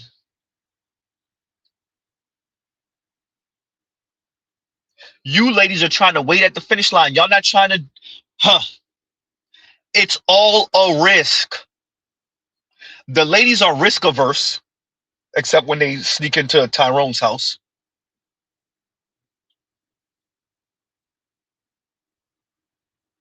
Y'all want to play risk averse with who should be your future husbands. Y'all ain't risk averse for the peen though. Y'all taking penitentiary chances, lifetime chances, deletion chances for the peen, for some excitement. But for the husband, y'all ain't doing all that. Okay, fine. But the women that y'all are jealous of, the women y'all are looking at like, she looks average looking and she invested early. She invested early. And she stayed. And well,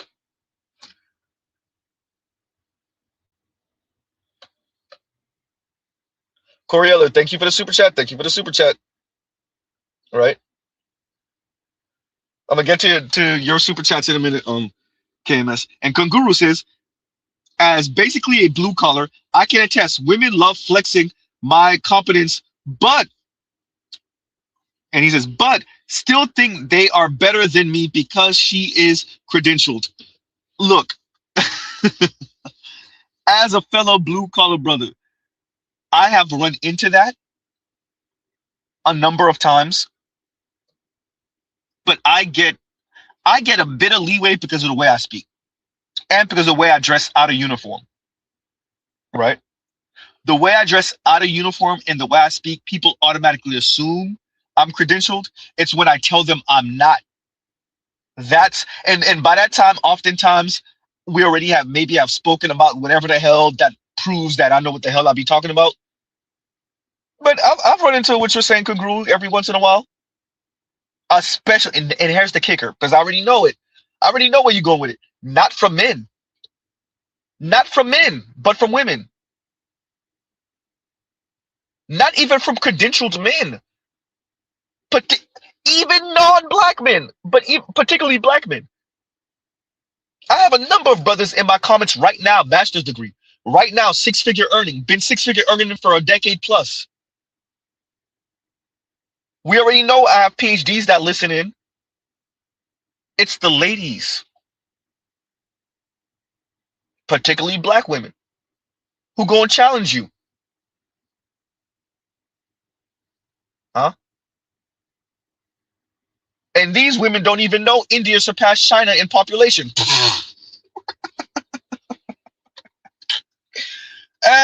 They don't even know India is next to China. Yikes. Shout out to what KMS was telling us the other day. They don't even know Strait of Hormuz means the waterway between the Gulf states and Saudi Arabia and Iran. They don't even know Iran is Persia. Oh, man. They don't even know the Nile flows south to north.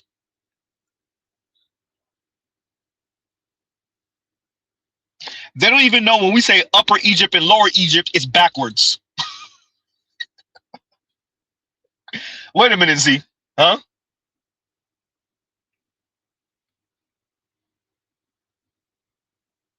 They don't even know Napoleon was actually average height. Huh? Well, damn. They don't know there was an ancient Sumer. They don't know any of it. But she got a degree, though, so she's smarter than you. Huh?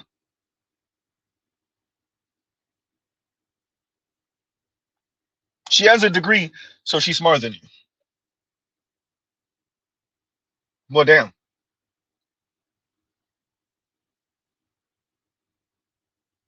They don't know about the Mexican-American War and that America took 55% of Mexico. That's why when you speak to certain indigenous English-speaking folks, they'll tell you how the border crossed them. They didn't cross the border, right? Like half these people, they don't know none of it. The Trail of Tears, the Trail of what? They're living on the island of Manhattan. They don't even know how the island of Manhattan was acquired. Blankets, beads and shit. Huh? $24 worth of beads. Huh?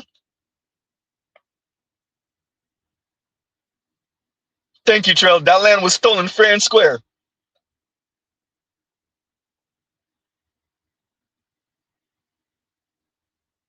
Well, damn.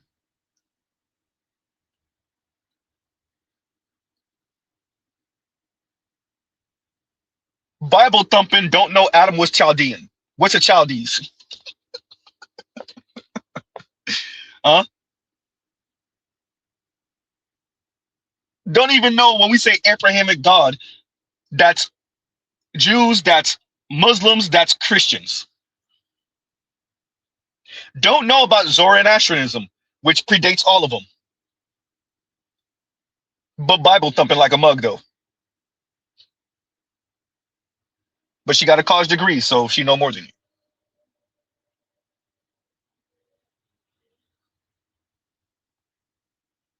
Huh?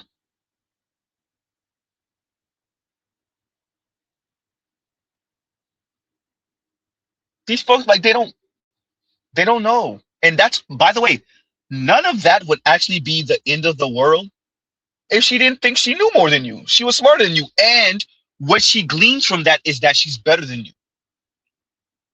And what she does with that is speak and act condescendingly because she's better than you.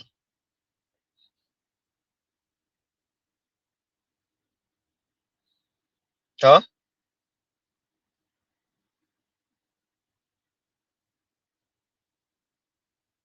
And Harambe says, and thank you for the super chat. I gotta read the super chats further up. And Harambe says, so many new dating coaches to get rich men on TikTok nowadays. Still not working. There's not enough rich men to go around, number one.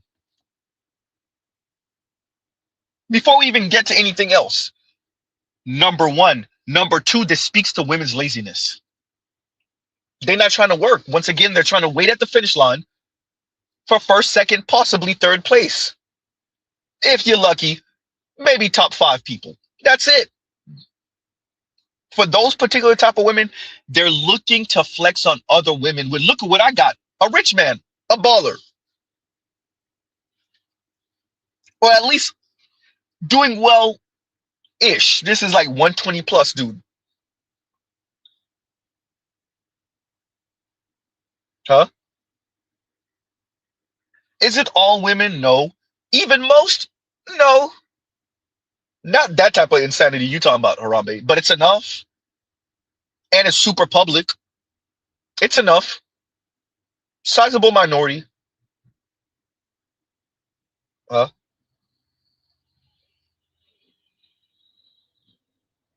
And at scale, you have a problem.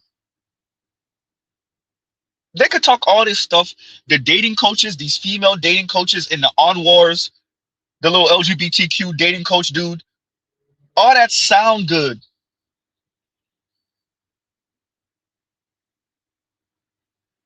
For those of us 50, 55 and younger, it sounds, all of that crap sounds good. For us, yeah, about the youngest of Xers, 55 and younger, us millennials, the oldest of Gen Z, 18 and up, all that sound good. Let's see how people sound when we start being 65, 67, 70, for those of us that are still here. You would have thought 40 plus had their mind right, at least 40 plus. Nope.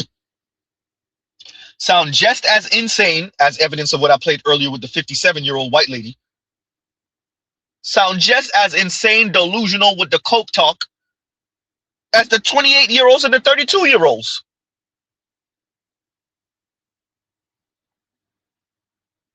That rich man talk, Harambe, yawn.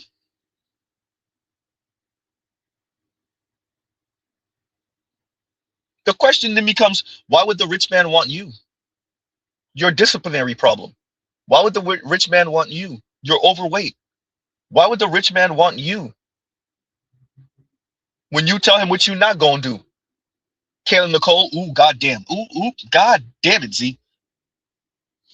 You with a rich, famous white football player and you telling him what you're not gonna do. Okay. Well, you see how that turned out. Taylor Swift over here bringing cookies to the game. Kayla Nicole telling you what she not gonna do. Okay, yeah. Yep.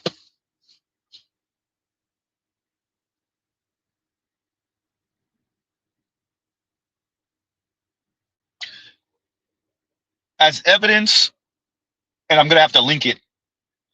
The lady with the chest tattoo. Once again, the ladies don't think anything count against them. Their disciplinary problems. They're overweight. More and more, their skin shows how little discipline they have. Tatted from neck to toe. Big ass sleeves. Sleeve tattoo as women. Jesus Christ. Not a little cute tattoo on her ankle or something like that. Maybe a little tattoo that if she wears a short sleeve shirt, it's above her elbow. Nope. Huh? Ladies with whole chest tattoos, tattoos on the neck, sleeve tattoos, and then wonder why they can't get anything more than a little friends with benefits type situation going.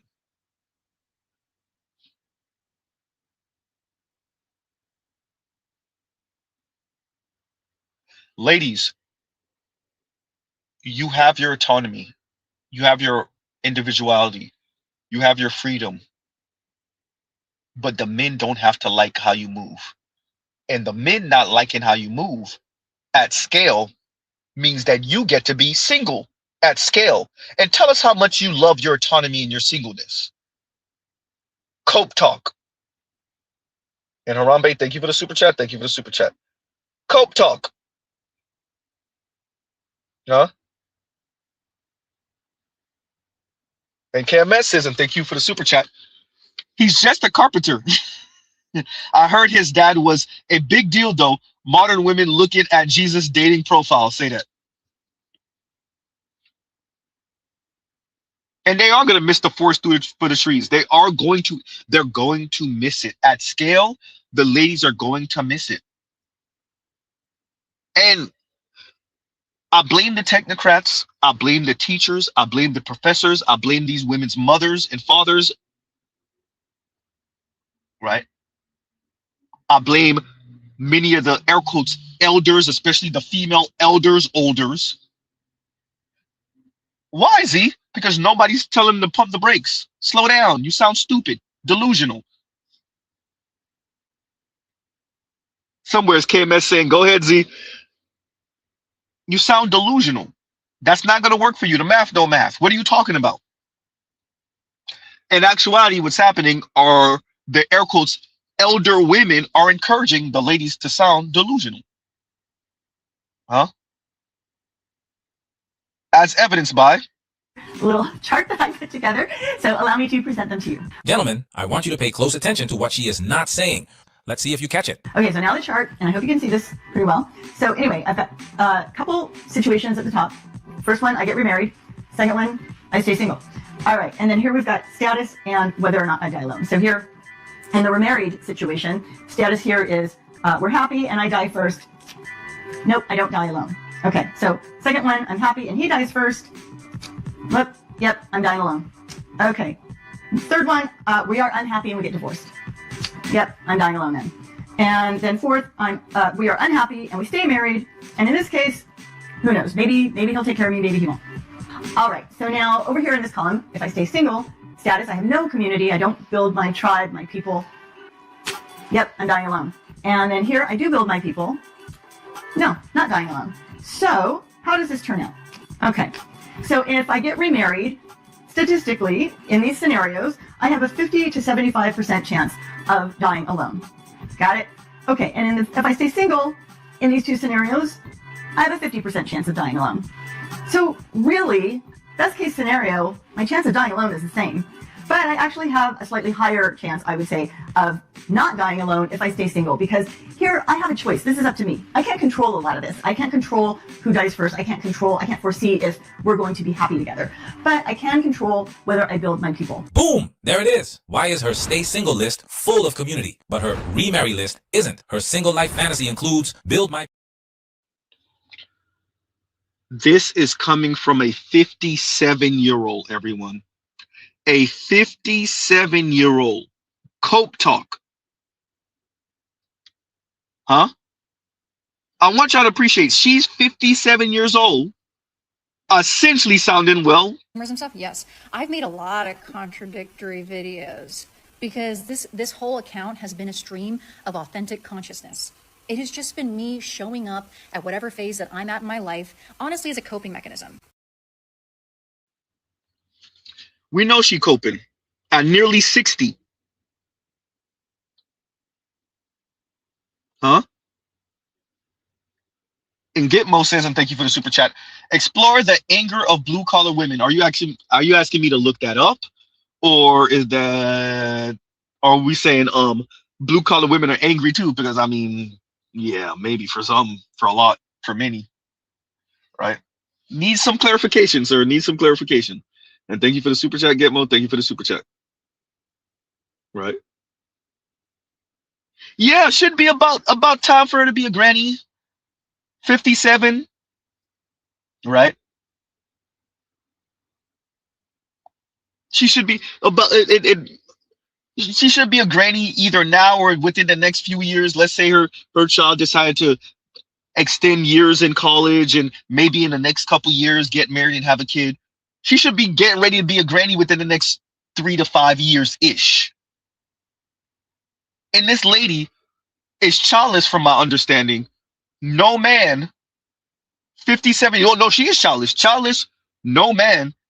And what she's actually preparing for is that, and now coming up with coping mechanisms for her and for younger women, for women of her same age cohort and for younger women. Absolute insanity.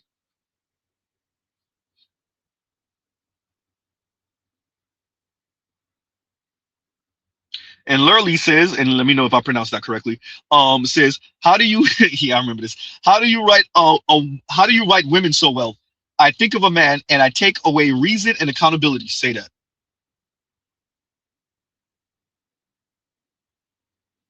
Huh? Absolute insanity. So we're covering this, and Mr. Z's title is Male Loneliness Epidemic, yet the background is the she economy. Because this speaks to the delusion of the ladies, the insanity of the ladies, and how it's encouraged by other women and by this society. Huh? And the men are responding to this, and your PhD'd up researchers, your professors have a problem with it. Well, the situation is that a lot of women want to have a romance. They love the idea of this, of a man showing up to be selfless, because we so often meet men who are selfish. And to your point about the way in which there's a boyification going on, I think that that's pretty widely accepted. So, I mean, honestly, that's why you saw me roll my eyes. It's like, I don't even think you need to apologize for that. I think women everywhere are seeing that men are turning into boys. And part of it is because of feminism. And maybe people are going to be a little bit upset about that, but that's just the reality. Romance had very clear gender roles. It said men are strong and brave, women are polite, docile. So as feminism was saying, no, this is a misrepresentation of who we are. We contain multitudes, and we also deserve the right to work in public. The more women made demands into incursions into what were, for about 200 years after the Enlightenment, so-called men's spaces, the more men started to first fight back against feminism, usually in ways that women could not see, which is a way in which they hold on to power. But then also they start to draw back romance. They're like, well, are we going to be putting ourselves out for these feminist harpies and these scary career women?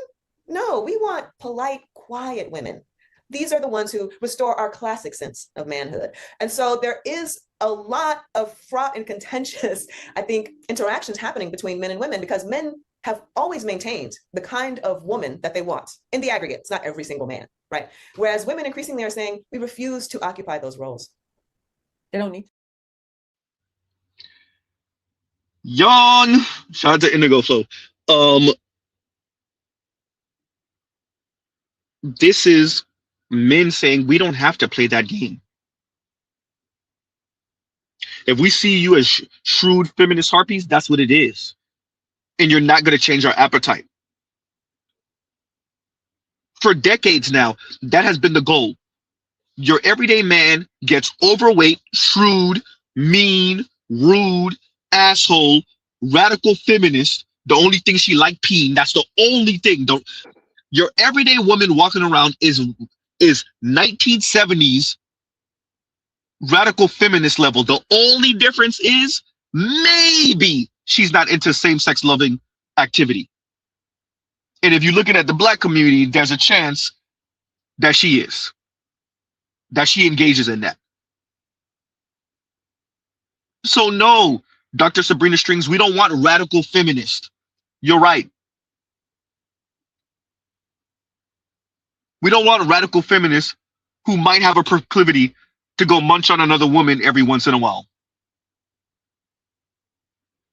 No, thank you. The she economy. This is more of the updated version, and it says, more women are building wealth independently, extending their earning runway and investment horizon. These are wealthy investors trying to figure out where to spend their money and invest their money. And what they realize is the ladies is where it's at. So, dear women, this explains the television shows and the commercials and the music, huh? All the products in the store for you. These people don't actually see you as morally superior. They see you as a lick. As a button, press button, will get money. Huh? Over the next 2 decades, a large share of wealth is expected to transfer to women, reshaping financial priorities. Reshaping financial priorities. Oh, they gonna sell y'all on Rose toys and expensive shoes and expensive clothes, huh? And underpowered cars that look girly. Shout out to crossover SUVs. God damn, Z. Huh?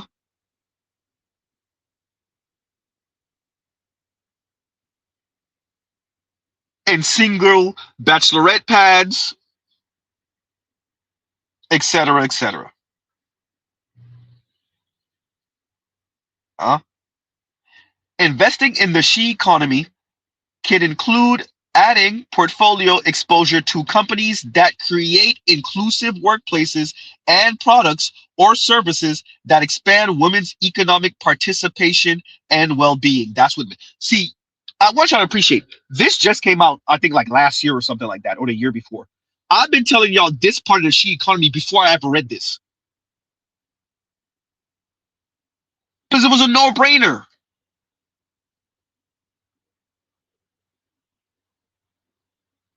We are going to say to whoever invests with us or whoever we're invested in, hey, you know what the next money making is? Them women. And so the ladies really think they're on the right side of history with their antagonism towards men and boys and males.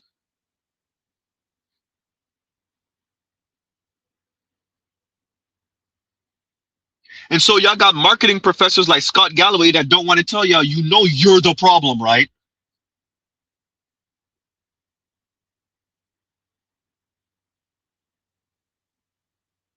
Huh?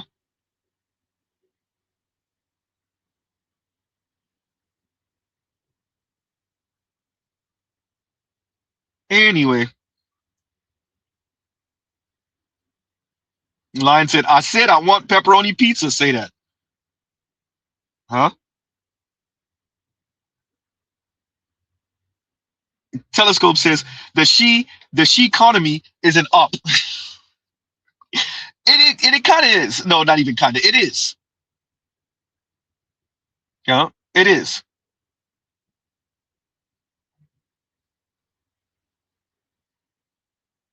So once again, the male, and I think I'm going to put a question mark behind this male loneliness question mark, and I'm going to put a question mark on the part 1 also, and there's probably going to be a part 3, right? So this is the one y'all are used to seeing. This is what I actually have this somewhere in my community tab or my post, and I posted this like 3 years ago or something like that. 2.5 years ago, something along those lines. And once again, in the coming years, another demographic trend could help further cross the pay gap. The U.S. in the U.S., the rising ranks of single working women based on Census Bureau historical data and Morgan Stanley forecasts, 45% of prime working age women, that's ages 25 to 45, will be single by age 2030, the largest share in history, up from 41% in 2018. Single women are expected to grow plus 1.2% annually from 2018 to 2030, compared with 0.8% for the overall US population. That's children and men. So in other words, there's going to be more adult women. Adult women have fun munching on each other and have fun sharing men, particularly elite men. That's the good looking and tall men, and that's the men with some money and status. If you're outgrowing and outpacing the men and the children, and the ladies are practicing hypergamy, how the hell is this going to work for you? For all of us that are going to still be here and alive, be prepared to watch the ladies in their absolutely insane coping. Huh?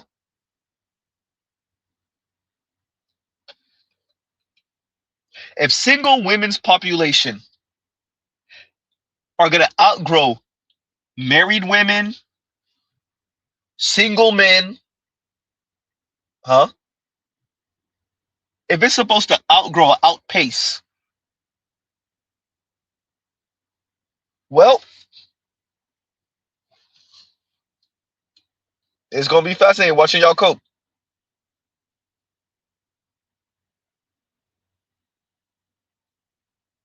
And Els Active says, half of them will be selling while holding a job. Say that. They kind of do that now, though, Els Active. They kind of do that now. The women do everything. Shout out to Coach Greg Adams. I agree with this 100%. The ladies are doing everything.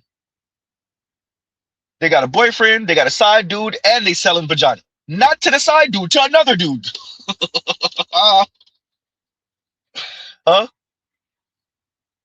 They're getting money from Mr. Wilson down the street that's 15 years older than them while they have a boyfriend. Then they're cheating on the boyfriend and Mr. Wilson with the young dude from the file room at the job. The ladies are doing everything. They're sugar babying. Huh? We already know they going on dates with this guy, didn't give him no vagina. And Tyrone is at the house waiting to blow her back out and eat from the doggy bag. And Tyrone don't got to spend $1, except maybe gas money to get there. And that's if she's not providing the money for gas to get there. The ladies are doing everything. This is what autonomy looked like to them. This is what autonomy looks like to the ladies. Doing any and everything, whenever, however, for whatever reason. What reason? What's a reason? Huh?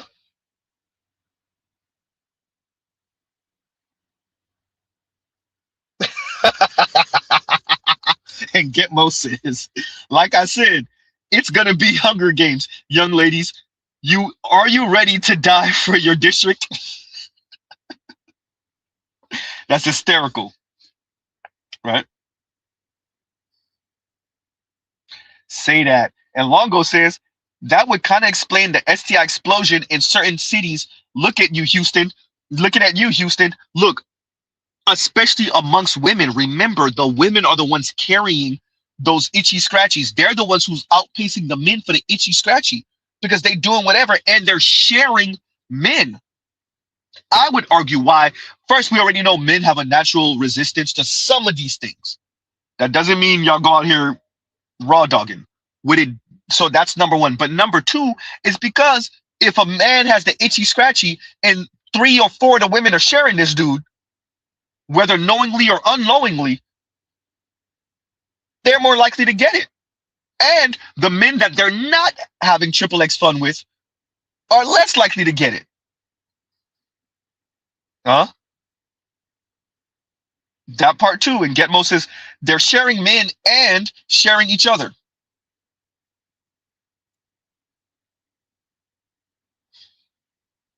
Huh?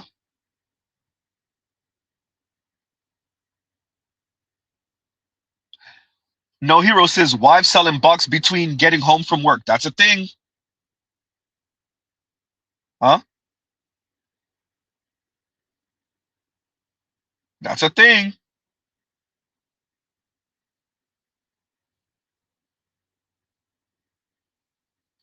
So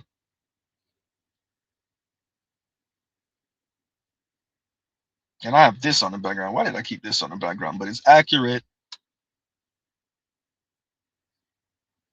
And I don't, let me actually put that part down for a second so y'all can't see it because it's a little blurry. But what Louis put there is like men dropping out on the far right corner, right? Is men dropping out. And that's the young men on the top part of it. Right? And then on the bottom part is the dynamics. And shout out to Louis Conyer, Red Pill Sleeper Cell for those of you that don't know.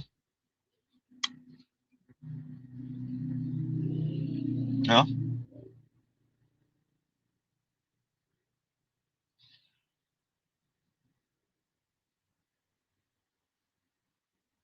And Cheryl says, I always tell the story of a girl I knew in college whose whole friend group got the herp from the same guy right before I talked to her. Not for me, it wasn't college, but in high school, nobody ended up with the itchy scratchy that I know of.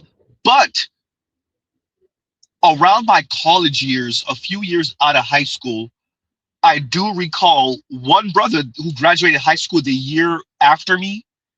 Yeah, he smashed the whole squad. He smashed the whole squad of girls. And it was that friend circle had what 5 or 6 of them. He hit all 5 or 6. He hit all 5 or 6, and they talked about him, not negatively. They talked about the fact, I'm talking about the girls all talked about the fact that he smashed all 5 or 6 of them. Huh?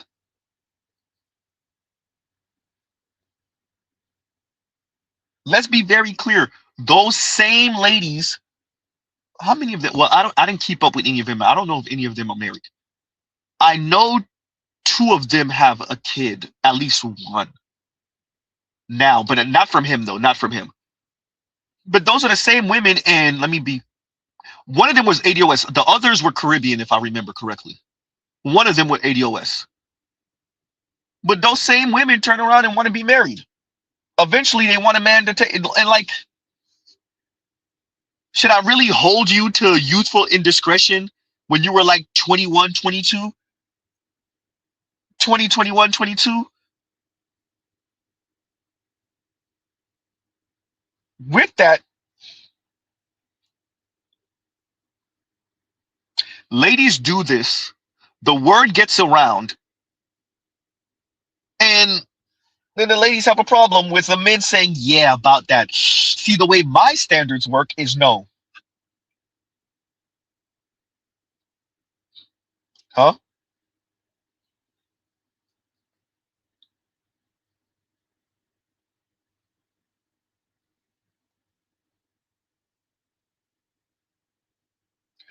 Oh, hell no. And L's Active says, and this is all the way across the pond, and L's Active says, I heard a girl say, quote, who gives a F about the herps, not about the... and Tribe proceeded on me. in college. She tried to get at you. He said, I'll give her the hand. Huh? No, not all the way across the pond. Oh no. Huh? Yeah, you told me about this, and yeah, Vince says all hail Balamuccio, also known as Pistol Pete, also known as Vincent Von Doom says, I had a roommate that was a host Blackavelli archetype, ended up badly. Huh? Man. Because the women do what they want to do. The women do what they want to do. Wasn't there a recent article, and we've been knowing this for a while, about how much more experienced the ladies are oftentimes compared to the man they end up settling down with later on in their life? So she's getting married, and especially we know this for white women also. These women are getting married 28, 29, 30, 32 years old, and they're far more actually experienced than the man they ended up with. How do y'all think that's going to end up? Huh? How do y'all think that ends up?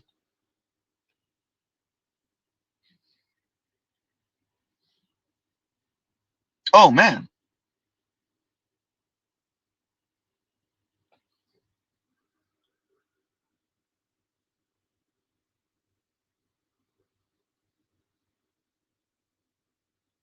And Brooklyn Finance says, Z, in regards to the itchy scratchy, the symptoms present quicker in men, so men will take care of it, as opposed to women, it doesn't show readily. Man. Even more reason to be disciplined, right? But oh, wait, women, discipline. Okay.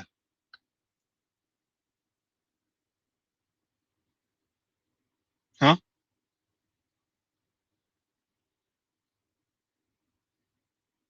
Yeah, and I gotta actually fix that too, because I say celibate instead of abstinent. Actually have to get my verbiage right on that also. And Longo says, ladies, stop saying you're celibate while at the same time listing requirements for a husband. Y'all sound retarded doing that. The word is abstinent. Yeah, I gotta get my wording correct too. All right.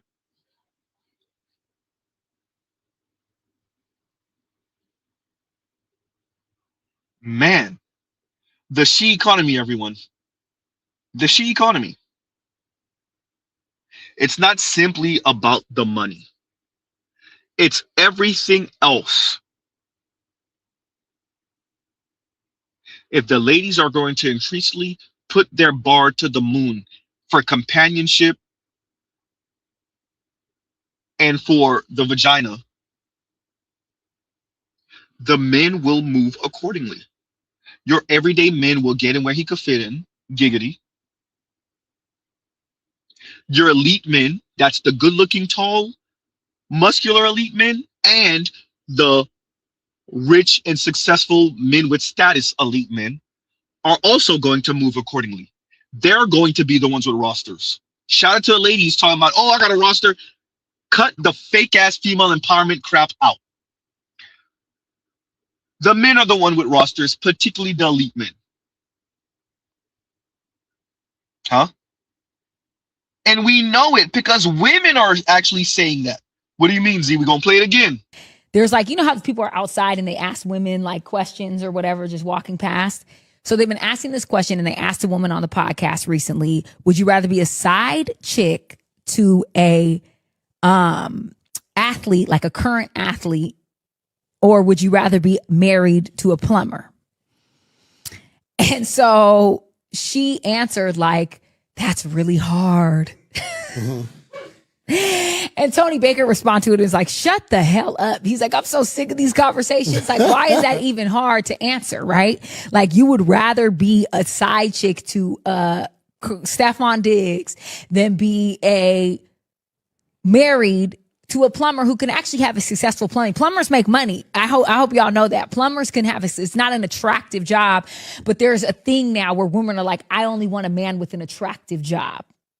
Yeah. Like construction man, they make bank. Longshoremen's like they make money, like they're making like a cool amount to really be able to put you up, get you somewhere cracking. But women are like, I only want attractive jobs now, which are what? I guess athletes, actors, musicians, entertainment, sports and entertainment. And the people rather be a side chick than married to a man who has a successful business. That's not an attractive job. That blows me. That blows me. I don't give a damn if a man was changing lights and he was making cool money and you happy sitting right. Because you know what? A lot of women get with these men and they don't even take care of them financially. You just like the idea that they have money and the man ain't even doing shit for you. Period. You just like the idea of, oh, I'm with this man. Oh, I'm messing with this person. You just like that idea, but you don't even be getting nothing. But this plumber man could be building you a whole life, build you a house, have you a whole house, cars, everything good, really taking care of you and respecting you like you're his wife. Yeah. Women choosing side chick.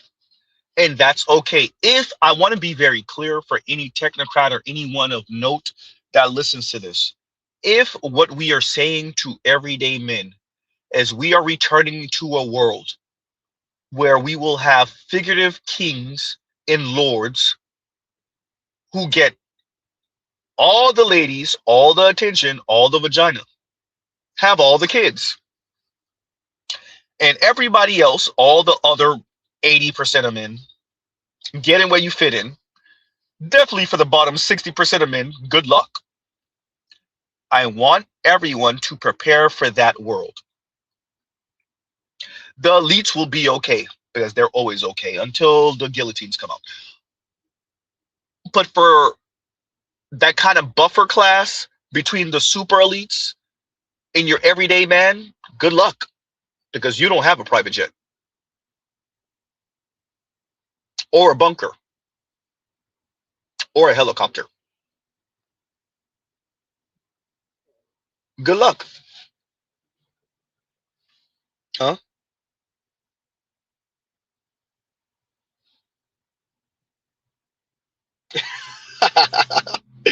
Hey, we have to give the people what they want, Z. And it is true. It is true that like that is the attitude towards the air quotes undesirable non-select man. And Dr. Dunbar says house car job. As a man, if you don't have house car job, don't look for a woman with house car job. And for the men that complain about women that do that, look for a man that has all three and they don't have all three. We can do that. We are women. You want us. You need us. Y'all want one thing from us. And mad because we boss y'all around because you're a fucking servant. You're a provider, right? You're a protector, right? You're a security guard and you're a goddamn assistant.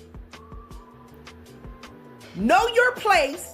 Stop being contradicting and bow down. Because I'm sick of it.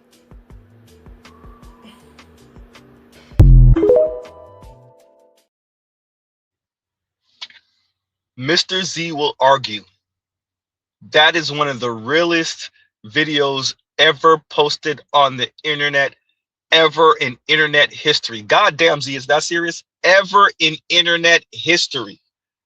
She said the quiet part out loud. And nobody, I promise you, if you play that video for your average woman, black woman, all these simp ass white knight dudes, the cucks, they're not gonna know what to do with that. The women be like, well, that's her. I don't do that. But the men, play this for the white knights and the cucks. The simps. They're not gonna know what to do with that. She said she did too much. She said too much. She closed all the excuse doors. Huh?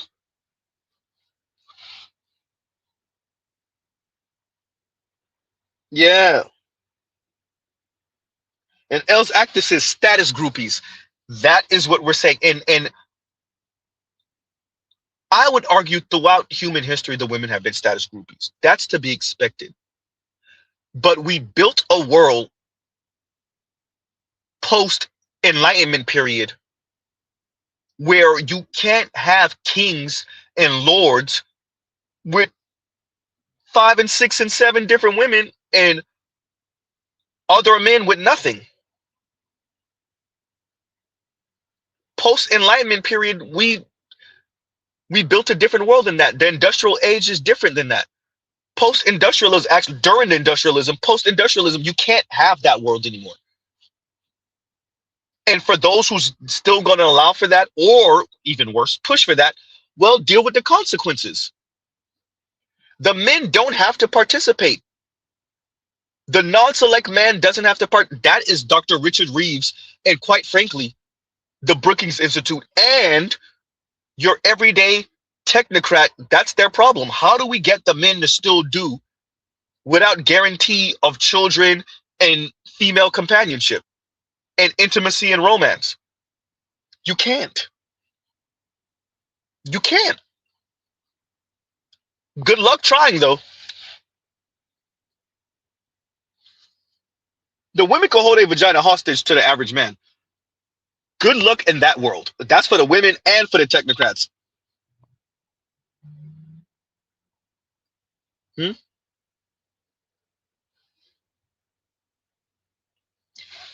Elkston says, frankly, I'm sick of this narrative that these are their only two choices, either super elite or working class. You're right, Elkston. It's not about what's actually factually accurate. It's about how women perceive it.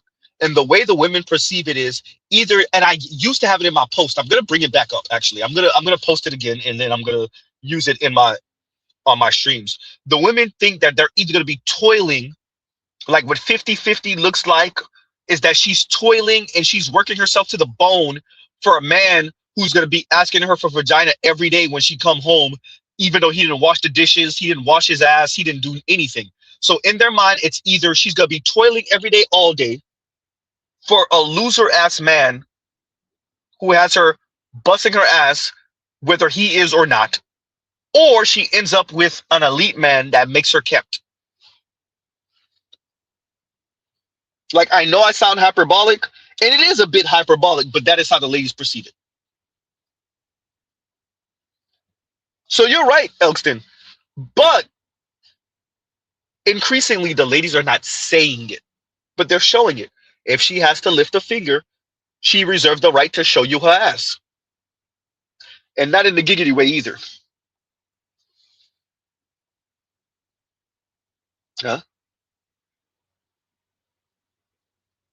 Say that. And Terrell says, you're either Kryptonian or you're Dusty. Is that for all women? No. I would argue no. Most debatable. A sizable minority? Absolutely. And they're showing you it. We're in the era now, like Mr. Z says, the internet will expose us all. We're in the era of exposure. I don't need the ladies to say it. And the problem with many of these weirdos and these technocrats and these simps and these white knights and the cucks, and they need the ladies to say it, and they need enough women to say it, and they need women of prominence to say it. They need it to be so, and if it has to be so explicit, just admit that you're a coward.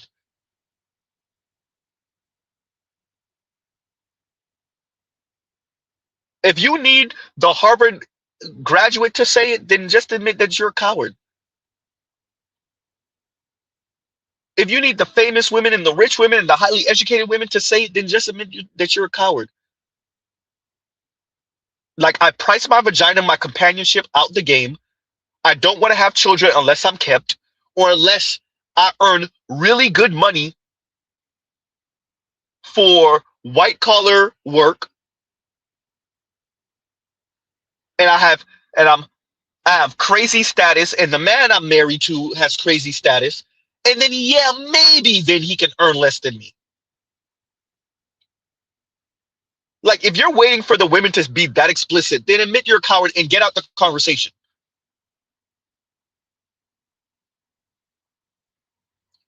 Because we have enough evidence. The Pop the Balloon show is enough evidence.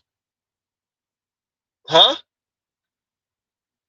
The whatever show is enough evidence. Kevin Samuel's show when he was alive is enough evidence. Ashley Dalton show is enough evidence. Kendra G's show is enough evidence. The women are showing you every once in a while, telling you if you're not addressing the ladies and their insane hypergamy, hypergamy, then move the hell out the way. If you see all of the videos where the women are antagonizing young men, insulting the young men, insulting men, celebrating not having children, all the videos of women coping with being assholes. They don't want to stop being assholes. They just want elite men to accept them being assholes. Don't just pipe and toss. If you don't appreciate what the hell you seeing, then just move out the way in the conversation. Dr. Richard Reeves saying he refuses to believe that the nurse won't end up with the plumber because he knows a nurse that ends up with that's married to a plumber and Sir, you're the researcher. You know the truth. You're the one. Preferences and reveal preferences. The women mean what they say.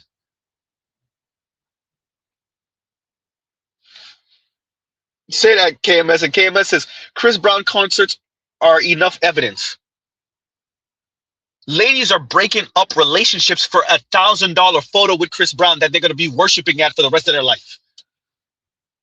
They're being asked, would you do it again? The ladies are saying yes. They will lose the fiance. They will lose the boyfriend of 2, 3 years, 5 years, whatever it is, to do it again, just to have that intimate, close, actual looking picture with Chris Brown.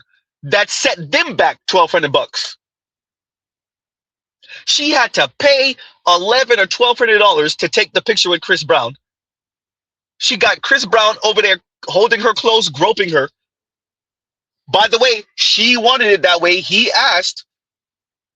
Chris Brown ain't doing nothing to them girls they didn't ask for. Excuse me. And then the boyfriend finds out. This leads to a breakup, and the ladies say they will do it again. Huh? Status obsessed.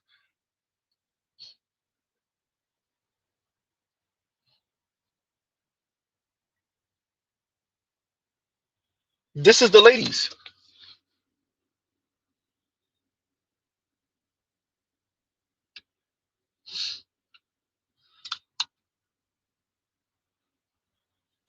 That's a good question.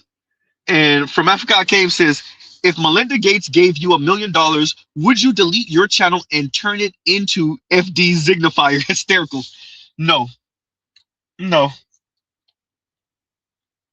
I want you to appreciate this. Being principled sucks. Actually meaning what you say, actually not wavering, or if we're going to be honest, your bar for wavering is goddamn impossible. You do what you do for you. When you're a principled person, when you say you're not going to do something, or when you stand on something or for something, you do it for you. You do it for you. You don't do it for anyone else. Right. And you have to be prepared for what it's going to cost you. Because turning down $1 million doesn't just cost you the $1 million. It might cost you a wife. It might cost you your relationship with your parents or your children. It might cost you a couple of friendships.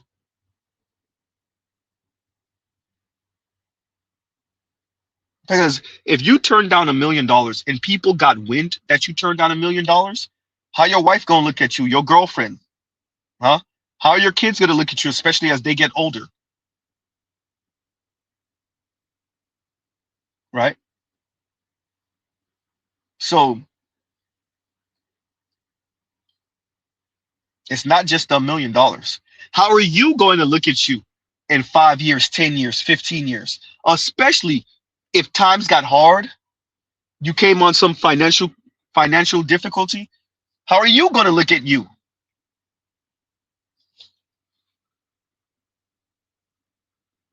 So it's real. But no, I wouldn't no, not for $1 million. Not for $1 million. And yeah, no. Yeah. That part too. Dell says $1 million ain't what it used to be. That part too. And taking $1 million to me is just such a cheap way to go out. Because as I've said, and I've been saying for a while, this is like class warfare, and the women are just tools of the elite. I don't care what the women say. Because let's be very clear, your average woman, you hear me say this, she's going to see me as a sexist, misogynistic monster. But the fact is, you are the tools of the elite men. Not having children, huh? No man in the house if you do have kids. Hyper-consumerism, hyper-materialism, whimsical about life, status obsessed, huh? Crazy ass divorce rate filings. Ladies, you're the tools of elite men.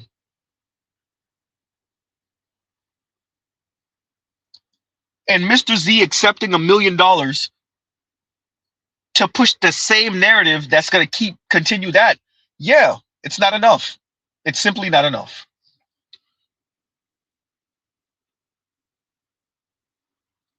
Huh? And that's such a cheap way to sell out my message. I don't see me selling out my message, but definitely not for a couple $100,000 or $1 million. Huh?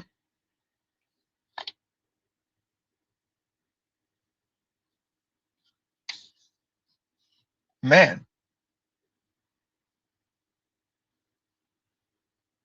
So do I expect everyone to move and think like that? No. But by the way, it does cost you. And it's when I think of questions like that, I don't just think about the money. I think about other things in life that I said no to, or that I'm not interested in, or that I won't engage in because it's just not me. And it costs you, right? Say that. And Telescope says, my grandkid growing up in a loving 2-parent home is worth more than $1 million. You see? Just like there are things worse than death, there are things that are worth more than money.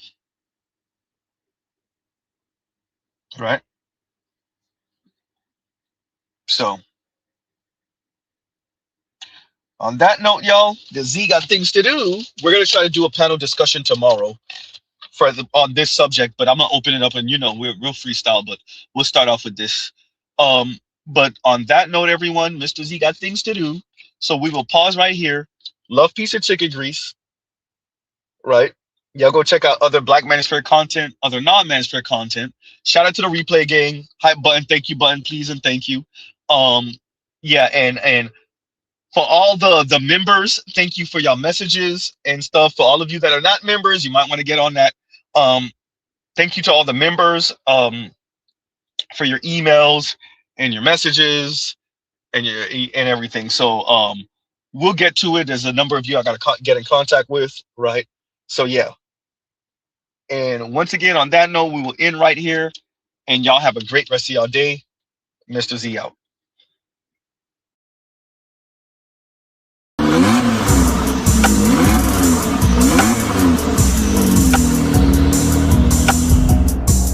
You are now listening to Mr. Z Blackneffect.